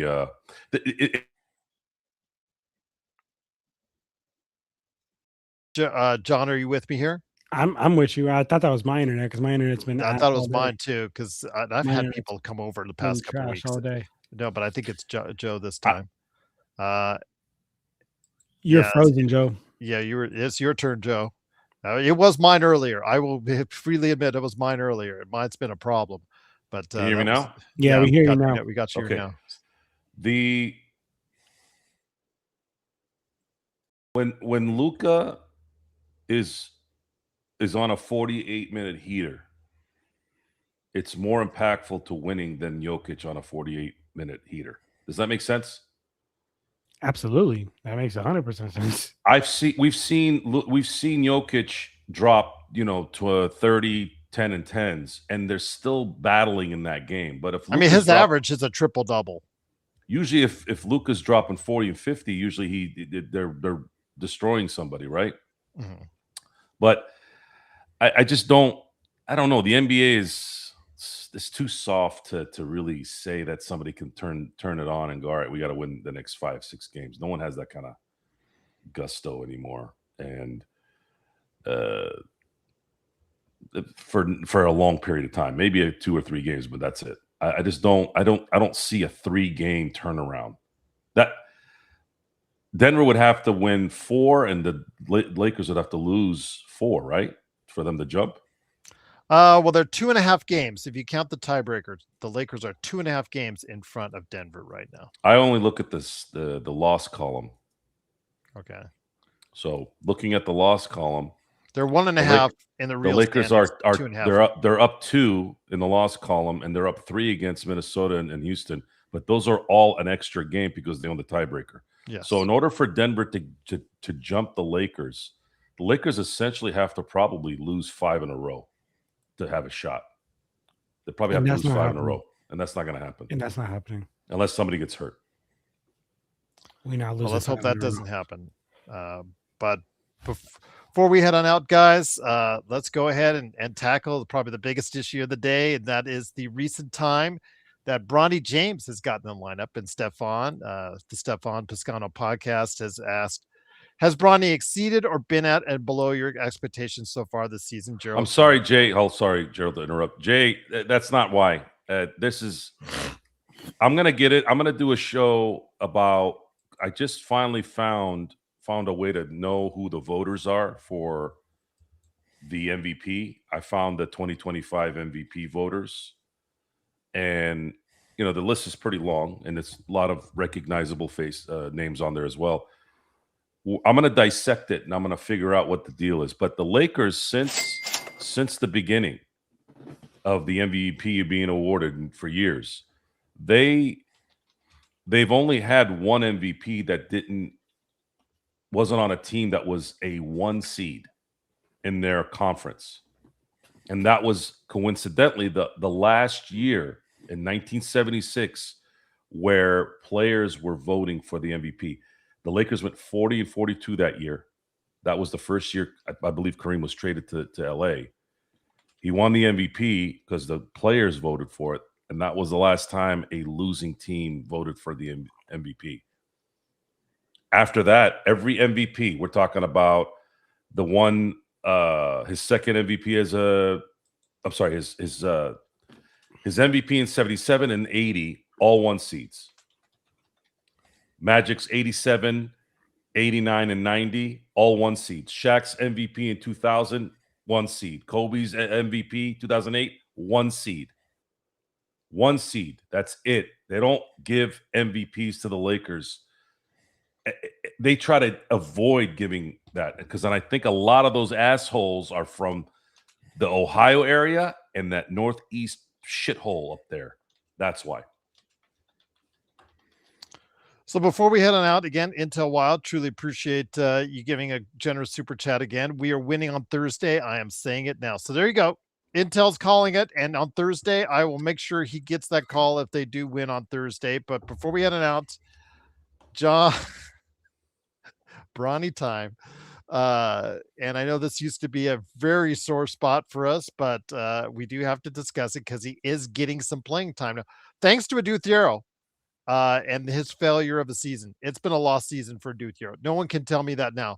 The kid went out there in Detroit, John, last week, 2 minutes, looked like a deer caught in the headlights, and just absolutely terrible. He looked like a rookie. He went out there and looked like a rookie for 2 minutes, got yanked, and now has had left knee management issues ever since. I don't know if it was because of the knee he looked so bad or what have you, John, but this has been a lost season for Adou Thiero. So JJ needing, a replacement with Marcus Smart out of the lineup, and at times Rui out of the lineup as well, has looked towards Bronny James. And I did say on Lakers Latest, there has been improvement over the course of his 2-year time here at the Lakers, because he did not look like a G League player when I first saw him. I saw him live and he looked terrible. He looked absolutely terrible. And people were raining insults from all over Thomas and Macarena on him. And now we've gotten to the point where, okay, he can at least be someone that possibly could hang around the end of the roster, but not as a rotation player. He is not there. I'm not there yet. And I'm not getting there yet because we saw games like today where he was 2 of 10, 0 of 5 from 3 against the Washington Lizards with the big L for losers. That's who the Wizards are. Your thoughts, my friend, on Bronny James? I believe he has progressed. I believe he has improved, but that was a very low bar that has not come quite through as of yet. He is not a player that we should count on in the playoffs. And we don't even know if he is a player that we can count on for next season, even if his dad comes back. Well, let's just stop right there. We definitely know we can't count him on the playoffs. This guy is not a real NBA level player. And again, I said this so many times, Joe. Like, he has improved. I will give him credit. I see improvement. Yes, I see improvement. But Joe, do you want me to tell you the exact reason why he's improving and somebody like Adou Thiero looks like they're caught with a deer in the headlights? Is because of who Bronny is. I was just telling my brother this. He is getting a chance. He's like y'all have to understand. Basketball is about feeling comfortable, right? You don't get many reps out there. You're a bench warmer. You're riding that bench, and then you get put in the game. Yeah, everything's gonna be hella fast. You're like, holy shit! Like this is new. This is fast. The pace. Everybody's strong. Everybody's fast. It's new. But if you get a chance to run a couple of possessions, bring the ball up court, get used to how fast it is, get used to how physical it is, then you start to process it yourself and you start to slow it down yourself. And then now you're not playing like a deer caught in the headlights. And that's exactly what Bronny James has gotten the chance to do. Now, shout out my brother, because we were just talking about this. Is it unfairly? It is unfairly. It is unfairly. He's literally only out there and he's literally only getting this chance because of who his father is and because of his last name. Is he getting better? Yes, Bronny James is getting better. But you know what, Gerald? Any other situation, if you replace that Bronny guy with any other 55th pick in the second round, they're giving a dude Thero, they're giving Dalton Connect the minutes that Bronny James is getting, because it's just simple investment. We took you earlier in the draft. We clearly believed in you more. We clearly only took Bronny because of who his dad is and what his dad's done and to make history and whatever the fuck the reason they took him again. And the only reason why Bronny continues to, I know he's getting better. He's working on his game. I'm not saying he's fucking eating Doritos on the couch. He's working out. He's getting better. But the game is slowing down to him because he's getting a chance to play. And it's fucked up because players like a dude Thero aren't getting a chance to play. And then when they do get a chance to play, they look like a deer caught in the headlights. You know why, brother? You haven't got as many possessions. You haven't got a chance to really see what it's like. Go really play. Get a couple possessions under your belt. Now you're breathing instead of you're being like so panicking because you've never been out there. That's exactly why Bronny continues to improve. And I would be pissed if I'm a dude Thero. I'd be livid. I'd be like, y'all fucking drafted me. They moved up twice, John. They That's what spent a I'm lot saying. of money moving up to him and made a major cash investment to dude Thero. And his knee, somebody didn't do their job when they were doing the medicals on him, or when they should have reviewed the medicals on him, John, because his knee has been a problem all season long. So All season long. that's all I got to say on that. But on that note, I am about to log off here. I appreciate you, Gerald. I appreciate you, Where Joe. can we find you? What are you doing? Check me out on Lakers Corner. I'm on YouTube. I'm on Instagram, Lakers_corner. The 3-minute game recaps. I do check me out on TikTok, Lakers Corner 24. Also Twitter. I do, like I said, 3-minute game recaps, weekly recaps. Joe, it's great to see you. Joe, I know you came on because you saw me and you were like, oh, this guy John is so cool. I just want to have a great time with him. You are the Zoom executive. Indeed. Thank you very much. But yeah, Gerald, thank you. Appreciate you guys. And I will see you boys tomorrow. Second night of a back-to-back. We got a real game tomorrow. This was just child's play. I'll see you boys tomorrow. It is the Zoom executive, John Costa. Make sure you catch him today at Lakers Corner. Indeed. His 3-minute report is now up. So go ahead and make sure you like and subscribe. The Intel Wild, I know you're going to catch up to this, my friend. It was a great finish by, all respect to UConn. Dan Hurley. I remember that as far as the coaching is concerned. But you know what? You give them the credit and give the choke job. You know what? You live by the Christian Laettner, you die by the Christian Laettner, is all I'll say when it comes to Duke. But again, they choked a big time yesterday. But Joe, again, Bronny, I know he's a sore spot. He's the reason why we're not on TikTok, because he got banned for it. But you've been very vocal in your thoughts on Bronny. I can't get there with him as a rotation player. I still can't get there. I think we saw tonight reason why. If you're not dominating against the Lizards, you really have to reevaluate yourself. Again, he's had some moments beforehand, little bits and pieces here and there. People are trying to make something out of it. And then you see a bigger sample slice tonight and you realize he's just not there yet. There is some improvement. I have seen some impressive performances in the G League. And let's put it in perspective, in the G League, he has improved by leaps and bounds over the high school player that I saw step onto the court at because he barely played any college at Thomas and Mack for UNLV Summer League for the Lakers for a couple seasons ago. Now is the point where again he looks like at least a G leaguer and a back end of the guy, possibly a 14-15 guy, but no, we cannot count on him at all for a rotation player right now, Joe.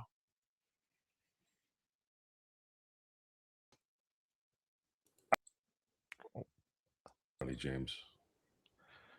Well, I know because they keep asking, my friend, and as long as he's playing, he's going to get more than I don't really care. He's a horrible player. Getting better from being shitty to less shitty. I don't care about his jersey sales. I don't care what his name is. I don't care what he does. He's not an NBA player. And if you think we're just picking on Bronny James because he's Bronny James, well, then you're not paying attention to anything that we're doing. We've been pretty vocal on anyone that's not good enough on this team. I had a discussion today about D'Angelo Russell too, by the way. I thought that was a weird incident. That's how boring tonight's game was. We were talking about D'Angelo Russell on Lakers ball during game time. And I said, I just went through this discussion about the Walmart mentality. You're sitting there yapping about money. This is about winning for a fan. You're awesome. I don't give a shit about money. Why would you care about somebody else's money? Oh, he sells jersey sales. Are you gonna frame the receipts for that and put it on the fucking wall? You're awesome. Is that what you're gonna do as a fan? Oh, he sells tickets. I don't give a fuck what he sells. He sucks.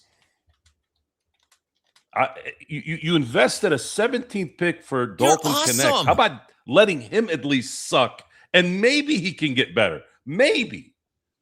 Bronny is never going to get better. Never. At least Connect has a shot that maybe he can start making. There's a slight chance. I mean, the guy dropped 30 points last year. Something happened to his brain after that trade, and he's never come back. But I would have rather have him getting the minutes if he's going to continue to stink. Bronny plays scared. He gets the ball and he runs to the corner. That's what he does. That's all he is. It's just like a child. Go run to the corner. He never goes to the basket. He's too afraid that the shot's going to get blocked. You play afraid, man. You're useless on a basketball court. And he's supposedly taller than AI. I never saw AI get afraid of anything. So don't give me that size bullshit either. Same thing with Isaiah. Both Isaiahs. So I don't. This is it's a discussion that goes nowhere, because then you start talking about things that have nothing to do with the game. You're trying to justify why they're playing this guy. There is no justification for playing Bronny James. There's no justification for Bronny James being in the NBA. And his play says that, not because some dipshit in Temecula is saying it. Go ahead and watch. If you can't shoot a ball over a loser franchise like the Washington Wizards, then what's the point? He did well in the G League. Great. Fantastic. Stay in the G League then. The NBA is a different beast. It's a different beast, and even the commissioner doesn't understand it. You can't operate the NBA like you operate in baseball, because baseball's different. You can't operate it like the NFL, because the NFL, every one of these leagues, every time I hear some bullshit about, well, this is what they do in the, it's a different fucking sport. Talent evaluation, being able to attain talent is different in every league, every single league. You want to hear an interesting stat, Gerald? I know I'm going a little bit back to baseball here, but it's more of an understanding of what is real versus what you think is real. Because if you don't know the information and you're an idiot that watches, and I'm saying watches social media, and you absorb that and you make it as gospel, you are a programmed moron. The Dodgers are bad for baseball. You've been hearing that all year, right? The Dodgers are bad for baseball. It's the anthem now in baseball. Because, oh, they're buying all the championships. Oh, baseball doesn't have a salary cap. This is why this is going on. But they like to just put aside that there hadn't been a repeat champion for 25 years. It was the longest stretch in all leagues ever for a league to have a non-repeat. Right? Now, check this out, Gerald. The salary cap in the NBA started in 1985. They were the first league to ever implement a salary cap. Since 1985 until last year, You want to know how many different basketball teams won a championship? How many? 13. You know how many in baseball at that same time? How many? 21. 13 with a salary cap. 21 without a salary cap in the same time. Now, I got a good one. I got another good one. The poster boys for parity. And you all know how much I love parity. I love everybody being even. You know how much I love that. The NFL, first year, they had their salary cap was 1994. Guess how many different teams have won a Super Bowl since then? How many? 15. Guess how many different baseball teams have won a championship since 1984? How many? 16. Salary cap, the poster boys, right? Hard cap, no salary cap. Still, more teams won championships during that time than, right? And by the way, 94, who knows? Maybe the baseball would have had a 17 because that year, Montreal was favored to win it. It would have been 17 out of 15 had they not had the strike. Now, I'll throw in an NHL thing in here. NHL implemented their salary cap in 2006. They beat Major League Baseball by one team. Now we have to have a salary cap, right? 13 to 12. 13 separate teams won in the NHL versus 12 in Major League Baseball. So the point of the story here is, and if you wanted to know the genesis of why I'm on fire all day, every day, besides it just genetics being the way it is and just being upbringing, is more and more and more information that are at the tip of our hand, literally, right? This thing is got so much information that you can get. People have become more stupid, more delusional, and more asinine because they don't want truth. They want to feel good about what they want to think. And what I try to do is I try to tell those people what you think is fucking trash because it's not the truth. You want to think about it? You want to massage it? You want to sleep with it? Great. Do it in your own home. Shut the fuck up. I don't want to hear it. I'm about the truth. I'm about what's really happening. And that's the button on that. Something to learn, huh? I just want to add in one thing from El Rosto on it. He says, you know what I like? I like a team that plays all their players and tries to raise their value for trades and such. That's what I like. Olroso's starting to mouth off again. It's not genetics or upbringing, just manners thing. Well, we'll see what your manners are when you move back to California. Rosto getting a longer tongue the longer he stays here, huh? Arcarino, yes, I have a personal top 25 of my own that I have on our popculturecosmos.wordpress.com site. We did a vote during the pandemic we gathered like a whole bunch of people we created a top 100. We haven't ever finished.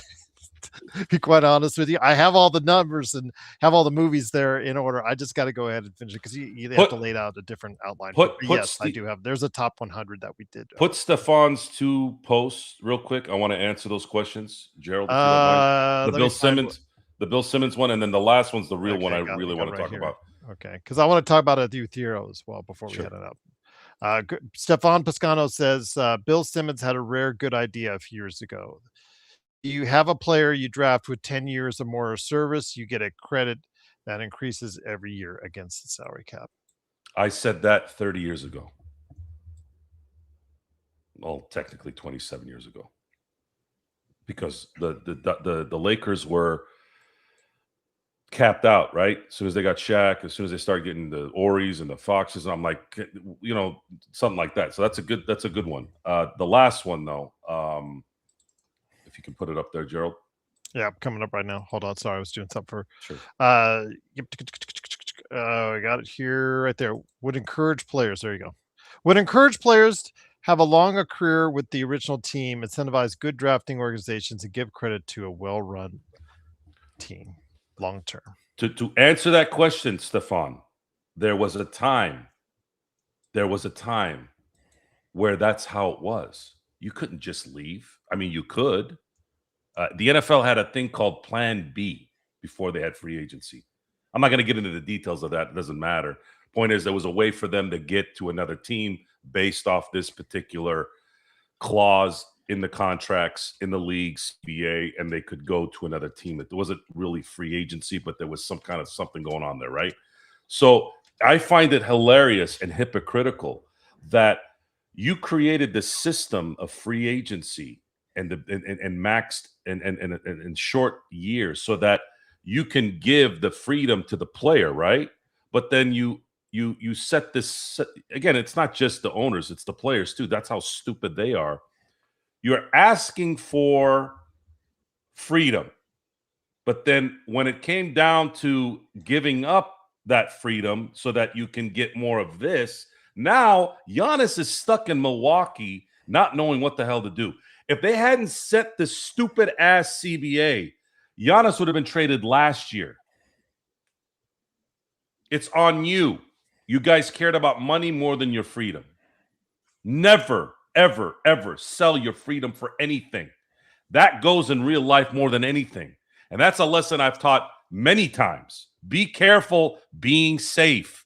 In the word of being safe. You know what safe means, guys? Safe means they're going to put cameras up your ass so they know that you're safe. Be careful of being safe. You know how I respond to that, Gerald? Don't worry about me being safe. Yes, I'm going to call the cops if somebody breaks into my house. I have to, right? It's the law. But I have to be safe by me in case somebody comes in. I'm not going to depend on the call and wait 80 minutes for somebody to show up.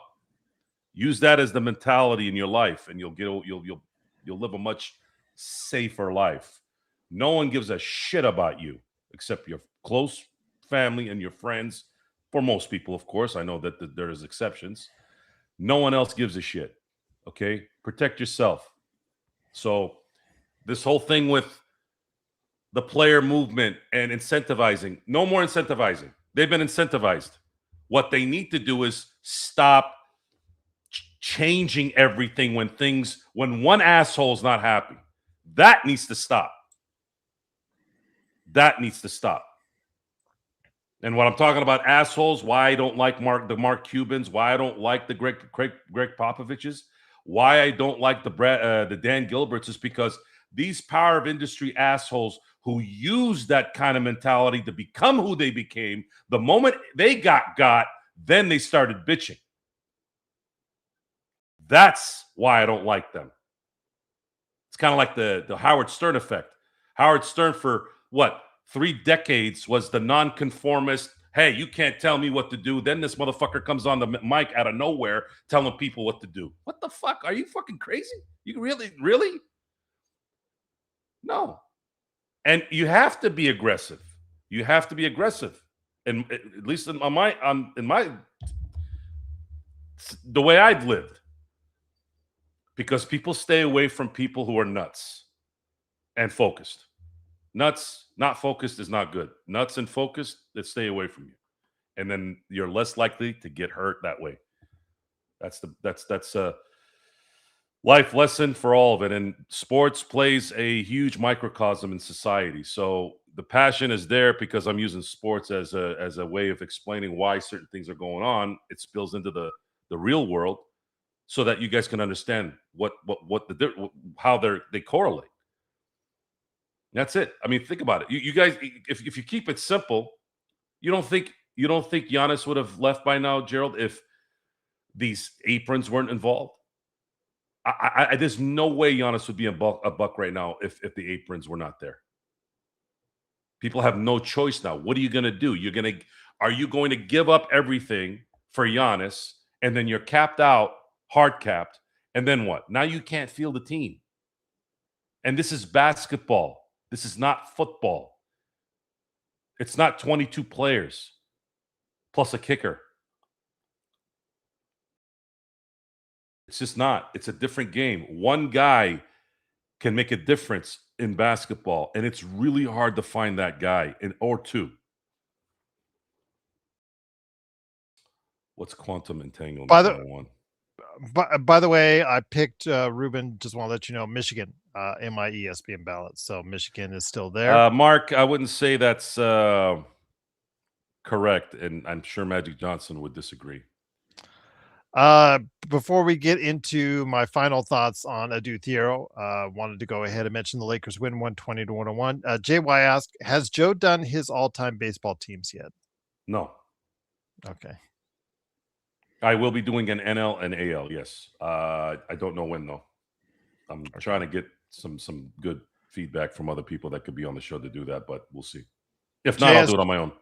JSJ, I wouldn't mind Lou Dort on the team, but yeah, if I could see him overpaying for Lou Dort.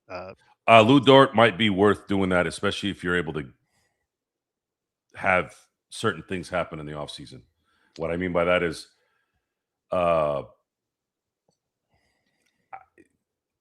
let's just use this as an example. I'm not saying I want it or it's going to happen, but let's say if something happens where the Lakers are able to attain Giannis and they're able to sign Dort with Luka, then that would be, you overpay for that if you can. So before we head on out, I did want to talk again about Adu Thiero. I know that was mentioned in the chat, that you guys are still trying to hold out hope for him. And I'm trying my best to do so as well. But again, Stefan, when we talk about Rob Pelinka, these are some of the things that are just the things that irritate you when you see his evaluation. What happened, Joe? Because when they drafted him, remember they moved up twice, and you think, oh, moving up twice in the second round is nothing. You spend hundreds of thousands of dollars, sometimes into the millions, to move up in the second round, and the Lakers did it twice, and they passed over guys like Diawara, Will Richard, Caleb Love. They passed over guys like Maxime Renal, who is killing it for Sacramento and has been now for the second half of the season. They passed over all those guys to get a guy who they didn't properly evaluate on the medicals, because he's had knee issues from the get-go, Joe.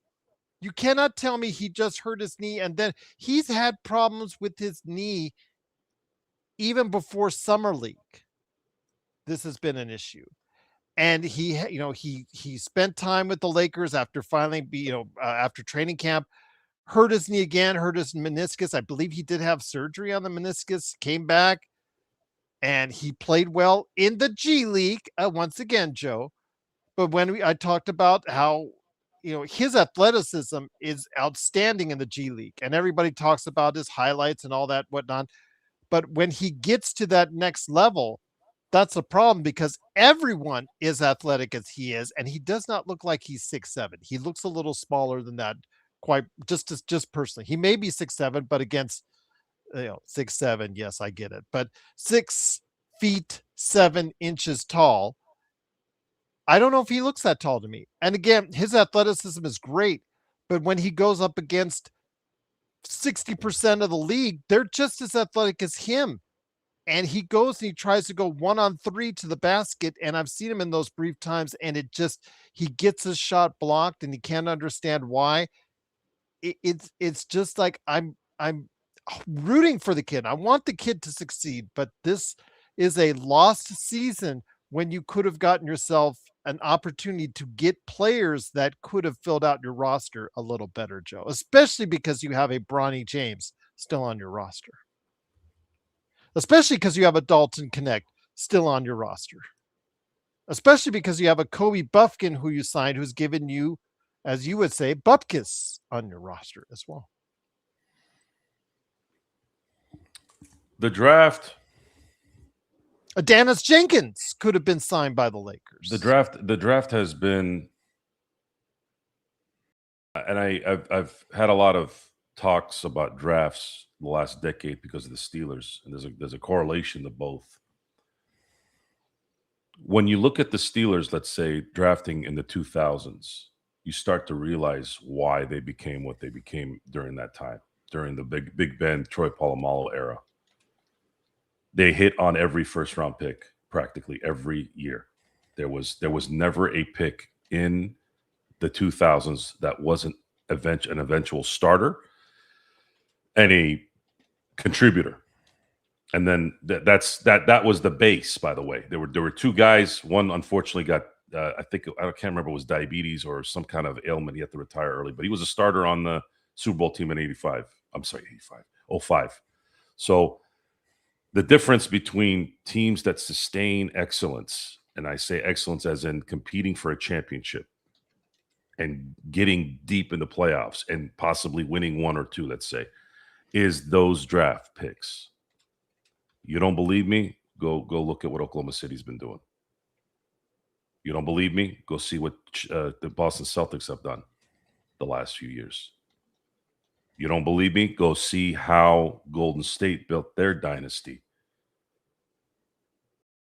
Now, the Lakers are the anomaly. The Lakers take your stars, and they still are, right? But things have changed. They've changed the league to the point where now, and this is something I think David Stern was trying to do earlier, and stop the Lakers. He can sit there and say all he wants that his preferences of Lakers versus Lakers. That's bullshit. You don't implement the zone to help the Lakers after the 2002 season. You don't continue to have lockouts in 2005 and 2011 because you want to try to see if you can let the Lakers do what they're doing. And then on top of that, the veto came out after that. And on top of that, you started getting all these, what I call rocket science trade scenarios that you have to do to get what you want. Why? Because you want everyone to stay. You're forcing players now to stay on a team when there was a time where you were doing that before, but it's okay then. It wasn't okay then, and it's okay now because you changed a couple words. Think about that, Gerald. You were around at that time, so you know what I'm talking about. They didn't want these guys to be free agents, right? They wanted to control who they draft and blah, blah, blah. How is this not the same? And these idiots agreed to it. Oh, because they're paying them more money. It's a jerk off.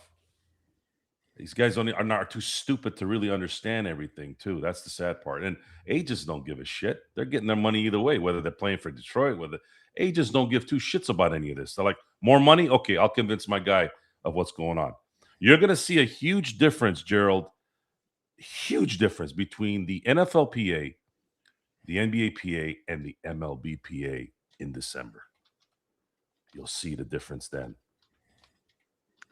But that's exactly my point, Stefan. And I didn't want to mention Intel Wild. He said the Lakers beat the Supersonics, aka the Thunder, next Thursday. My man, Intel, truly appreciate the super chat. That's the point I'm trying to make. Because Stefan says, I mean, if we got to dig that deep to our 11th, 12th man on the team to find stuff to critique Rob, I'd say that's a good sign. Problem is, we're not. Vando should not be that far down on the bench. The Lakers right now have how many reliable players do they have on their bench right now, Joe? Tell me who. Okay, Hayes has played outstanding and above what he's being paid for. Let's give him a lot of credit right there. Rui has been solid, especially tonight coming off the bench, or he actually started tonight, but he's been okay coming off the bench. Kennard, you've seen feast and famine. You've seen obviously the good, and we've seen the not so good, because when you ignore him, he's just out there getting cardio. But when you include him, he could be one of the best shooters, if not the best shooter in the NBA. After that, what do you have? Laravia. Laravia's been there every game. He hustles. I get that. I understand it. But his offense has taken a severe nosedive. And that's your number 9 guy off the bench. After that, you get Vando. You get Bronny. Yeah, this is not a deep team, Stefan, and it's no wonder why this is one of the worst NBA benches, period, in the league. In the league, they are one of the worst. So you're not going to our 11th and 12th guy. Rob has done a bad job in building the back end of this roster. A terrible job. None of those guys can play. the Timmies of the world, the Nick Smith Juniors of the world. Remember when he got the 27, Joe, in Portland? Everybody wanted to sign him a contract. What happened to him? What happened to him? Dust. There's a whole bunch of dust on him now because he doesn't play at all at the NBA level. Chris Mannion is not even starting on the G League team, and somehow that guy has a two-way. Yet other teams can build on those two ways. Caleb Love has, did a great job the first part of the season for Portland. Dennis Jenkins just scored 30 on the Lakers. Guess what happens? He was a two-way. He started out on a two-way. It's called identifying talent. And at the back end of this roster, you know what? After player number 9, even if you include Jake LaRavia, and your opinions may vary on Jake LaRavia, we all know what John thinks of Jake LaRavia. And he is not, he's there every game for us, but has not been able to find his shot since December. That's what we have right now. We have an 8-man rotation, in my opinion. And LaRavia goes out there and gets a lot of cardio and hustles and plays solid defense, but he can't do a whole lot else. Right now, he is not doing much better than Vando offensively. So, Joe, where are we at with how deep of a roster we need to have going into the playoffs? Well, there's not going to need to be a deep. Because you only go 7 or 8 deep during the playoffs. Yeah. The main issue right now with the Lakers is DeAndre Ayton going to play like Kwame Brown. And will Marcus Smart hit those shots that are needed in the playoffs? Because we know his defense and his effort will be there. Kennard's had some donuts, guys. If you go and take a look at what he's had some donuts in that 9-game winning streak. When they remember he's out there, Joe, he's lethal. There are times where they just forget all about him out there. His game is set up for plays are set up for him so that he can have room to shoot. You create those avenues for him, he'll be effective. Anything beyond that is bonuses. He's not going to shut anybody down. He's not going to out athletic anybody, even though he's pretty athletic. It's just that's not his game. I'm not going to sit there and depend on Luke Kennard to be a X factor in this playoffs. I'd say the X factor for the Lakers right now really is DeAndre Ayton. Can he be the X factor? Because if he is valuable in the playoffs, you now have somebody that's going to at least make other teams think that go to the basket and hopefully have someone that can rebound. Those are the things that the Lakers desperately need right now.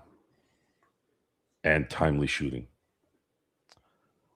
Stefan, I do know how he could have better talent evaluation skills, which he does not have. I mean, there are players that he could have easily obtained for whatever price limitations he had for those same prices and could have got better players out of it. It's just there are on the back end of the roster. I know this I'm sounds talking about player 9 on 4. I know this sounds weird, but there's resources that are not available or were not available until this year, or as they are being built now with the new ownership, where they could evaluate correctly. Didn't we hear that Genie has one of the worst analytical operations in the NBA? Well, they're just so limited up until Mark Walter bought it. I'm mad, Stefan, because LeBron has played more minutes than Wembanyama and substantially more. Why is that the case? Why has that been the case? I know what it is. Go ahead. I'll tell you what it is. LeBron James is a genetic freak. And I mean that in the highest sense. If you're gonna put something on LeBron that no one else can touch, you have to say his ability to continue to play basketball at a high level. And as far as Wembanyama is concerned, they are using him like Strasford. Remember? Did I say Strasburg? Geez, Strasford. Remember Steven Strasburg, Mm-hmm. pitcher for the Washington Nationals? Mm-hmm. We know him out here in Southern California with the San Diego State, my alma mater, and they babied him every year for this was he was like, I remember the poster boy of load management in baseball. He was like the first one where you started seeing them baby the pitchers. He's also one of the major what could have beens in modern Yes, baseball to me. he did get a World Series MVP out of it, but his But you know arm, what I'm saying? You just yeah, felt there's could have been so much more on the yeah, he table. should have been the next Verlander, right, or somebody Mhm. like that, or I don't know necessarily if he was going to be a Kershaw, but different type of pitcher. But the point of the story is, I'm seeing a little bit of a correlation with Wembanyama when it comes to sustaining a long career. I believe San Antonio knows his body can't handle the rigors of an NBA season for 10, 12 years. He might not make it in terms of elite, all world, alien like stuff. Not maybe being a perennial all star, but I'm talking about next level, multiple MVPs, maybe 3 MVPs in a row type stuff that his talent would get him.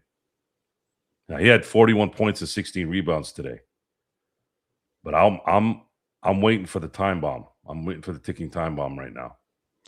But it just concerns me when a 41-year-old on this team is playing that amount of minutes. You've even said yourself on this show, Joe, you would like to see LeBron play X amount of minutes, and unfortunately, he's Maybe he playing doesn't X want it. plus. Maybe he doesn't want to. But you see what happens when he does play this, because remember, there are old LeBron games where he looks 41, and I just don't want that to happen at the worst possible time for this team. I think in the end, I don't think it's gonna matter one way or the other. Honestly, I don't know how much more rest he could have done this year. The man took off the first month practically, right? Mhm. I don't remember him ever doing that before. There were times where he didn't play and rested, but not took off the first month. But can you, 31, 32 as opposed to 37, 38, like we've seen him many times? I guess it's within the flow of the game. If it's within the flow of the game, okay. Here, I have an answer for that. How is it that if he's playing the extra 6-7 minutes, how is he jumping out of the building still? Maybe his body just won't get tired in that way. It'll get tired in not being the elite LeBron that we used to know him in his prime. But LeBron has dunked more this year than I can ever remember him dunking, at least as a Laker. Guy's dunking all over the place, and he still gets his head above the rim sometimes. Maybe his body is just made to play basketball. It would make sense. He takes care of himself, and there's a lot of PED gear people out there that swear that he's on it. I have to always say, was Nolan Ryan on gear too? He played 27 years. Sometimes, guys, Bo Jaxson, there was a really good comment on the 30 for 30 on Bo Jaxson. They said it was good that Bo Jaxson came and left before the cynical era started of social media. It doesn't matter who's doing what anymore. Everything is, oh, he's cheating. Everything's a cheat. Everything's, oh, they're cheating. And my thing is, at some point, you just have to accept what is. LeBron only knows how to be this. When it stops, I don't know. I really don't know. He looks like he could play another 5 years. He really does. And I think he could. And I think a lot of that has to do with the fact that the league is as soft as it is. It allows him, just in a similar way in football. There's no way Tom Brady would have lasted as long as he did if he was playing in the late 80s, early 90s. The 2000s was kind of the last decade of what maybe old football was. But the 80s and 90s it was a true gladiator sport. Quarterbacks were getting clotheslined. And that was even after Jack Lambert's quote of they should put dresses on quarterbacks. Imagine that. Every time you think things are different, it's the same stuff, guys. People were complaining about the same stuff in the 70s as they do now. It never changes. Technology changes. You just think it just started. It's not. But at this point, it doesn't matter how this plays out in terms of minutes allocated. LeBron has to be the second, if not the 1A, best player on his team. He cannot be a third option that everybody likes to jerk off to. There is no second or third option on this team. There is a revolving door there. Sometimes Austin gets hot, drops 30 points. That game, he was the guy that did what he did. LeBron, same thing. People's obsession with third, fourth, fifth options. What does that do for you? That's the other question I have. What is your infatuation with always talking about third option, second option bullshit? And it's not their fault. They're stupid. I mean, that's their fault for being stupid, but that's what these idiots on the sports channels talk about too. These guys are just as stupid. So LeBron has to be the second best player at worst on the team when Luka's the number one. Has to be. Otherwise, they're not going to get far. They're just not. Because I want you all to understand that Austin Reaves is going to struggle against the Spurs and Oklahoma City. He is going to have to work his ass off in those series. And the only way he's going to get a chance to be better is if LeBron and Luka are handling business, because then they're going to have to let one of those guys get off. And that's why I've been saying, man, Austin needs to get better at shooting. If he gets better at shooting threes when he's open, that's when his game goes into all-star perennial mode. But until he does that, he can't depend on that rough and tough. You know what I saw today, by the way, Gerald? There's one interesting thing, and I didn't even see. I think I even saw LeBron doing this. The hip, I call it the hip feel that Luka does. Dylan Brooks talked about it. Once they started using their hips to control the guy guarding them so they can create space. Austin Reaves, I don't think, is as strong as Luka. He's not as big as him either. LeBron definitely could do something like that. But the thing is, LeBron, I don't think his mechanism allows him to feel comfortable being messed with. It looked awkward when he did it today. Whereas Luka doesn't care. You could hang on him like you're about to. He's going to give you a piggyback ride. He's still going to get to the basket or get the ball to the open guy or drop a teardrop and make it. I did want to mention that the Lakers could have won the Pacific Division title and a playoff spot had they won, which they did, and Phoenix lost. So if I guess the Lakers win tomorrow against Cleveland, they've got themselves their playoff spot clinched. So they're on the verge of doing that, which is great news. But we'll see if they do that tomorrow night against the Cleveland Cavaliers, and we'll be back for that right here, the Lakers Fast Break. Make sure you like and subscribe. Your morning will also start with me on the Lakers' latest channel for the Fan Arc Network. JY says LeBron played in his 54 games this season at 52 million per. I believe LeBron is beating the system. JY is asking. Well, I want to congratulate the Lakers on probably tomorrow winning the division. That'll be, at least when they were in the NBA, that'll be their 35th division title. And it means less each and every year. I mean, to think about it, though, imagine having to put 35 banners of division banners in that. You'd have to get a second arena. Oh, and by the way, they have 19. And the only reason why it's 19 conference titles is because there was a time where there wasn't conference titles. It was a division. You won your division, you played the other division winner, then you went to the finals. That's how it worked.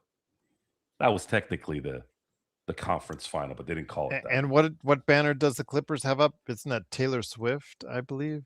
I believe Taylor Swift has more banners in Staples, or at least when it was Staples or the Crypt, than the Clippers had. Okay, I just want to make sure. Okay, yeah, Yeah. I believe it. Yeah. I believe it. I believe it indeed. But again, the Lakers can put up another banner with a win tomorrow night against the Cleveland Cavaliers, or a loss by the Phoenix Suns, which at this point looks almost like they're going to be rest assured that at some point in time they will do. But let's hope they get it done tomorrow night against the Cleveland Cavaliers. It is, of course, Joe Sorrell, the Joe Sorrell experiment. He has a great, 2.5 hour plus long conversation on your channel recently, as far as is concerned. Well, I try to do 2.5 to 3, depending on the subject. You get into the zone and you're it's 3 hours later. Yeah. And doing an hour show, doing a half-hour show, I always feel, even though I've done hour shows, I always feel like I'm like cutting out early. At least that's how it is in my own head. I want to get exhausted before I got to go. I think that's kind of how my brain works. And the guys that are commenting give me a reason to be on there for 2.5, 3 hours. There's times where I'm with somebody, and there's times where I'm by myself, and I still do 2.5 to 3. So the conversation is good. You guys don't see me talk too much about trying to pump up the show, and that has more to do with the fact that I'm not really too worried about the numbers yet. I'm trying to build a grassroots kind of group, which I have in a lot of ways here at LFB. And then when I'm ready to pounce, then I'm going to put this where I want it to go, because I don't really care to cater to those who I don't want to cater to. If I happen to fall in line, which I don't really care. I just don't care about falling in line with anything. If it works, it works. If it's not going to work, then it won't work. But I'll keep trying to do what I need to do. I have enough good people around me in this thing to where if I was really that bad, I don't think I'd be associated with them. But I make people uncomfortable. And I know that's, there can be a joke with that, but it's not something I think about too much. I just don't care if you're uncomfortable. If you're uncomfortable, then there might be something wrong with you. And this is not when I'm joking either, by the way. Joking and talking smack, that's not what I'm talking about. Going online and typing, no, that's the fun stuff. That's just me not really thinking about anything and just talking shit like you did when you were with your boys growing up. And now, well, so now all turned into a bunch of fucking weak ass wussies. But anyways, as far as the show and the future of the show and what the future in this thing is, I really don't know. I still don't know. I know what I want it to be, but there needs to be time and resource to it, which it's eking closer and closer as it's almost come, and then it gets back the way, and then it almost comes back, and it's back the way. And a lot of that has to do with the fact that when you get to the finish line, you start noticing what could become a problem. Not risk-wise. Risk is easy to deal with. The failure of risk. I don't fail a lot risking high. I usually succeed more than I fail, but you have to be able to eat the failures too. But this is more about, can I get an audience that isn't, can I get the audience I want? Much like how when I buy something, I want to buy quality. I don't care about saving money. I want quality first. I want to save money on gas. That's the gas. Gas is gas. I want to save money on gas. Yes. But if I want to buy a computer, I want to know what's the best thing for what I'm trying to do. Well, Joe, it's going to cost you $1,800 versus $1,300. Oh, really? Okay. Well, I'll give you an example. Well, I wanted to get a Remington. I wanted to get a shotgun. Right. Initially, it was the Remington. All my friends have one, and I noticed it kicked a little too much when I would shoot it, and I felt uncomfortable. No matter how tight I was, no matter how I wanted something a little bit more fluid. That shotgun cost I think it's a Remington 870, if I remember correctly. It was like $800, $700, right? I mean, that's a lot of money to a lot of people, but for a shotgun, I guess that was good. Instead, I ended up finding out about the Benelli. Now, when I first heard the Benelli, I was like, I know that name. But it turned out it's the one that John Wick uses in the movies. Gerald, that one cost $2,100. Jeez Louise. But I'll tell you this. When I shot that sucker at the range, woo-wee. Might as well be shooting a water gun.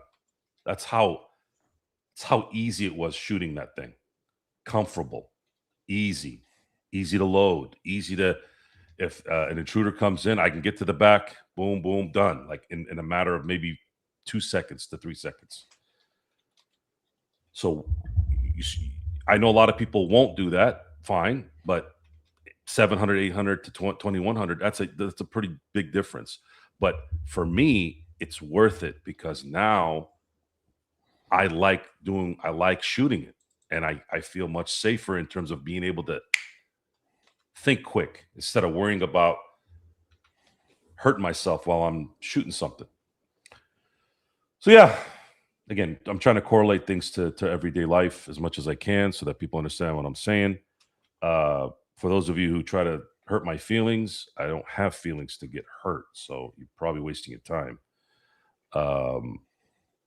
But the show isn't where I want it to be yet, but I'm pretty happy of what I'm doing right now, and we'll keep trucking along until I can open it up a little bit.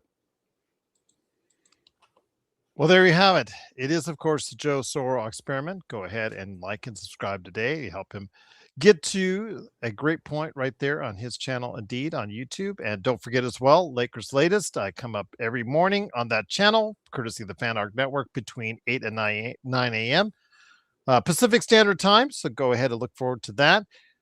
Try to go ahead and sprinkle in some stuff on the Lakers Fast Break channel, whether it's my stuff with the Cosmos and 500 straight weeks. I celebrated our 500th episode this morning, and I put that up for members right now. And I know that there's 10 new members, thanks to El Rosto and thanks to Intel Wild for giving out those memberships. So if you've got a membership, you could access it right now. You can access it also my latest NBA observations with Caleb Ponce, where we go into detail on the middle teams in the Western Conference and who they are, and if they have a chance to upset OKC and San Antonio. And yes, that does include the Lakers. And also as well, we talk about March Madness, the NBA draft, and SGA as well. So yes, great conversations there indeed.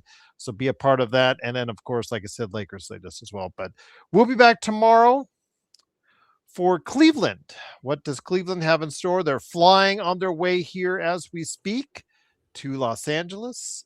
We will face them. The Los Angeles Lakers will actually face them at the Crypt tomorrow. So we're looking forward to seeing how that goes and having, of course, a great post game after that. But Joe, any last thoughts before we head an aisle? No. Thank you, Stefan. Yes, I'm very proud of it. In fact, again, if it weren't for the Cosmos, the Lakers Fast Break would not be here today. So, yes, big shout out to everyone who's made the Cosmos as successful that it has, and to the hundreds of thousands of people who have downloaded that show. I am truly grateful for you taking the time to do so. So, again, for Joe Soro, it is me, Gerald Glassford. Thanks again for watching, listening. We'll be back tomorrow. Will the Lakers keep on rolling? Luka will be back. We don't know yet about Smart, but Luka will definitely be back. Will he be ready to rock and roll after a 3-day weekend? We'll find out with the Lakers and the Cavs meeting tomorrow, and we'll bring you the post game as only we can right here at the Lakers Fast Break.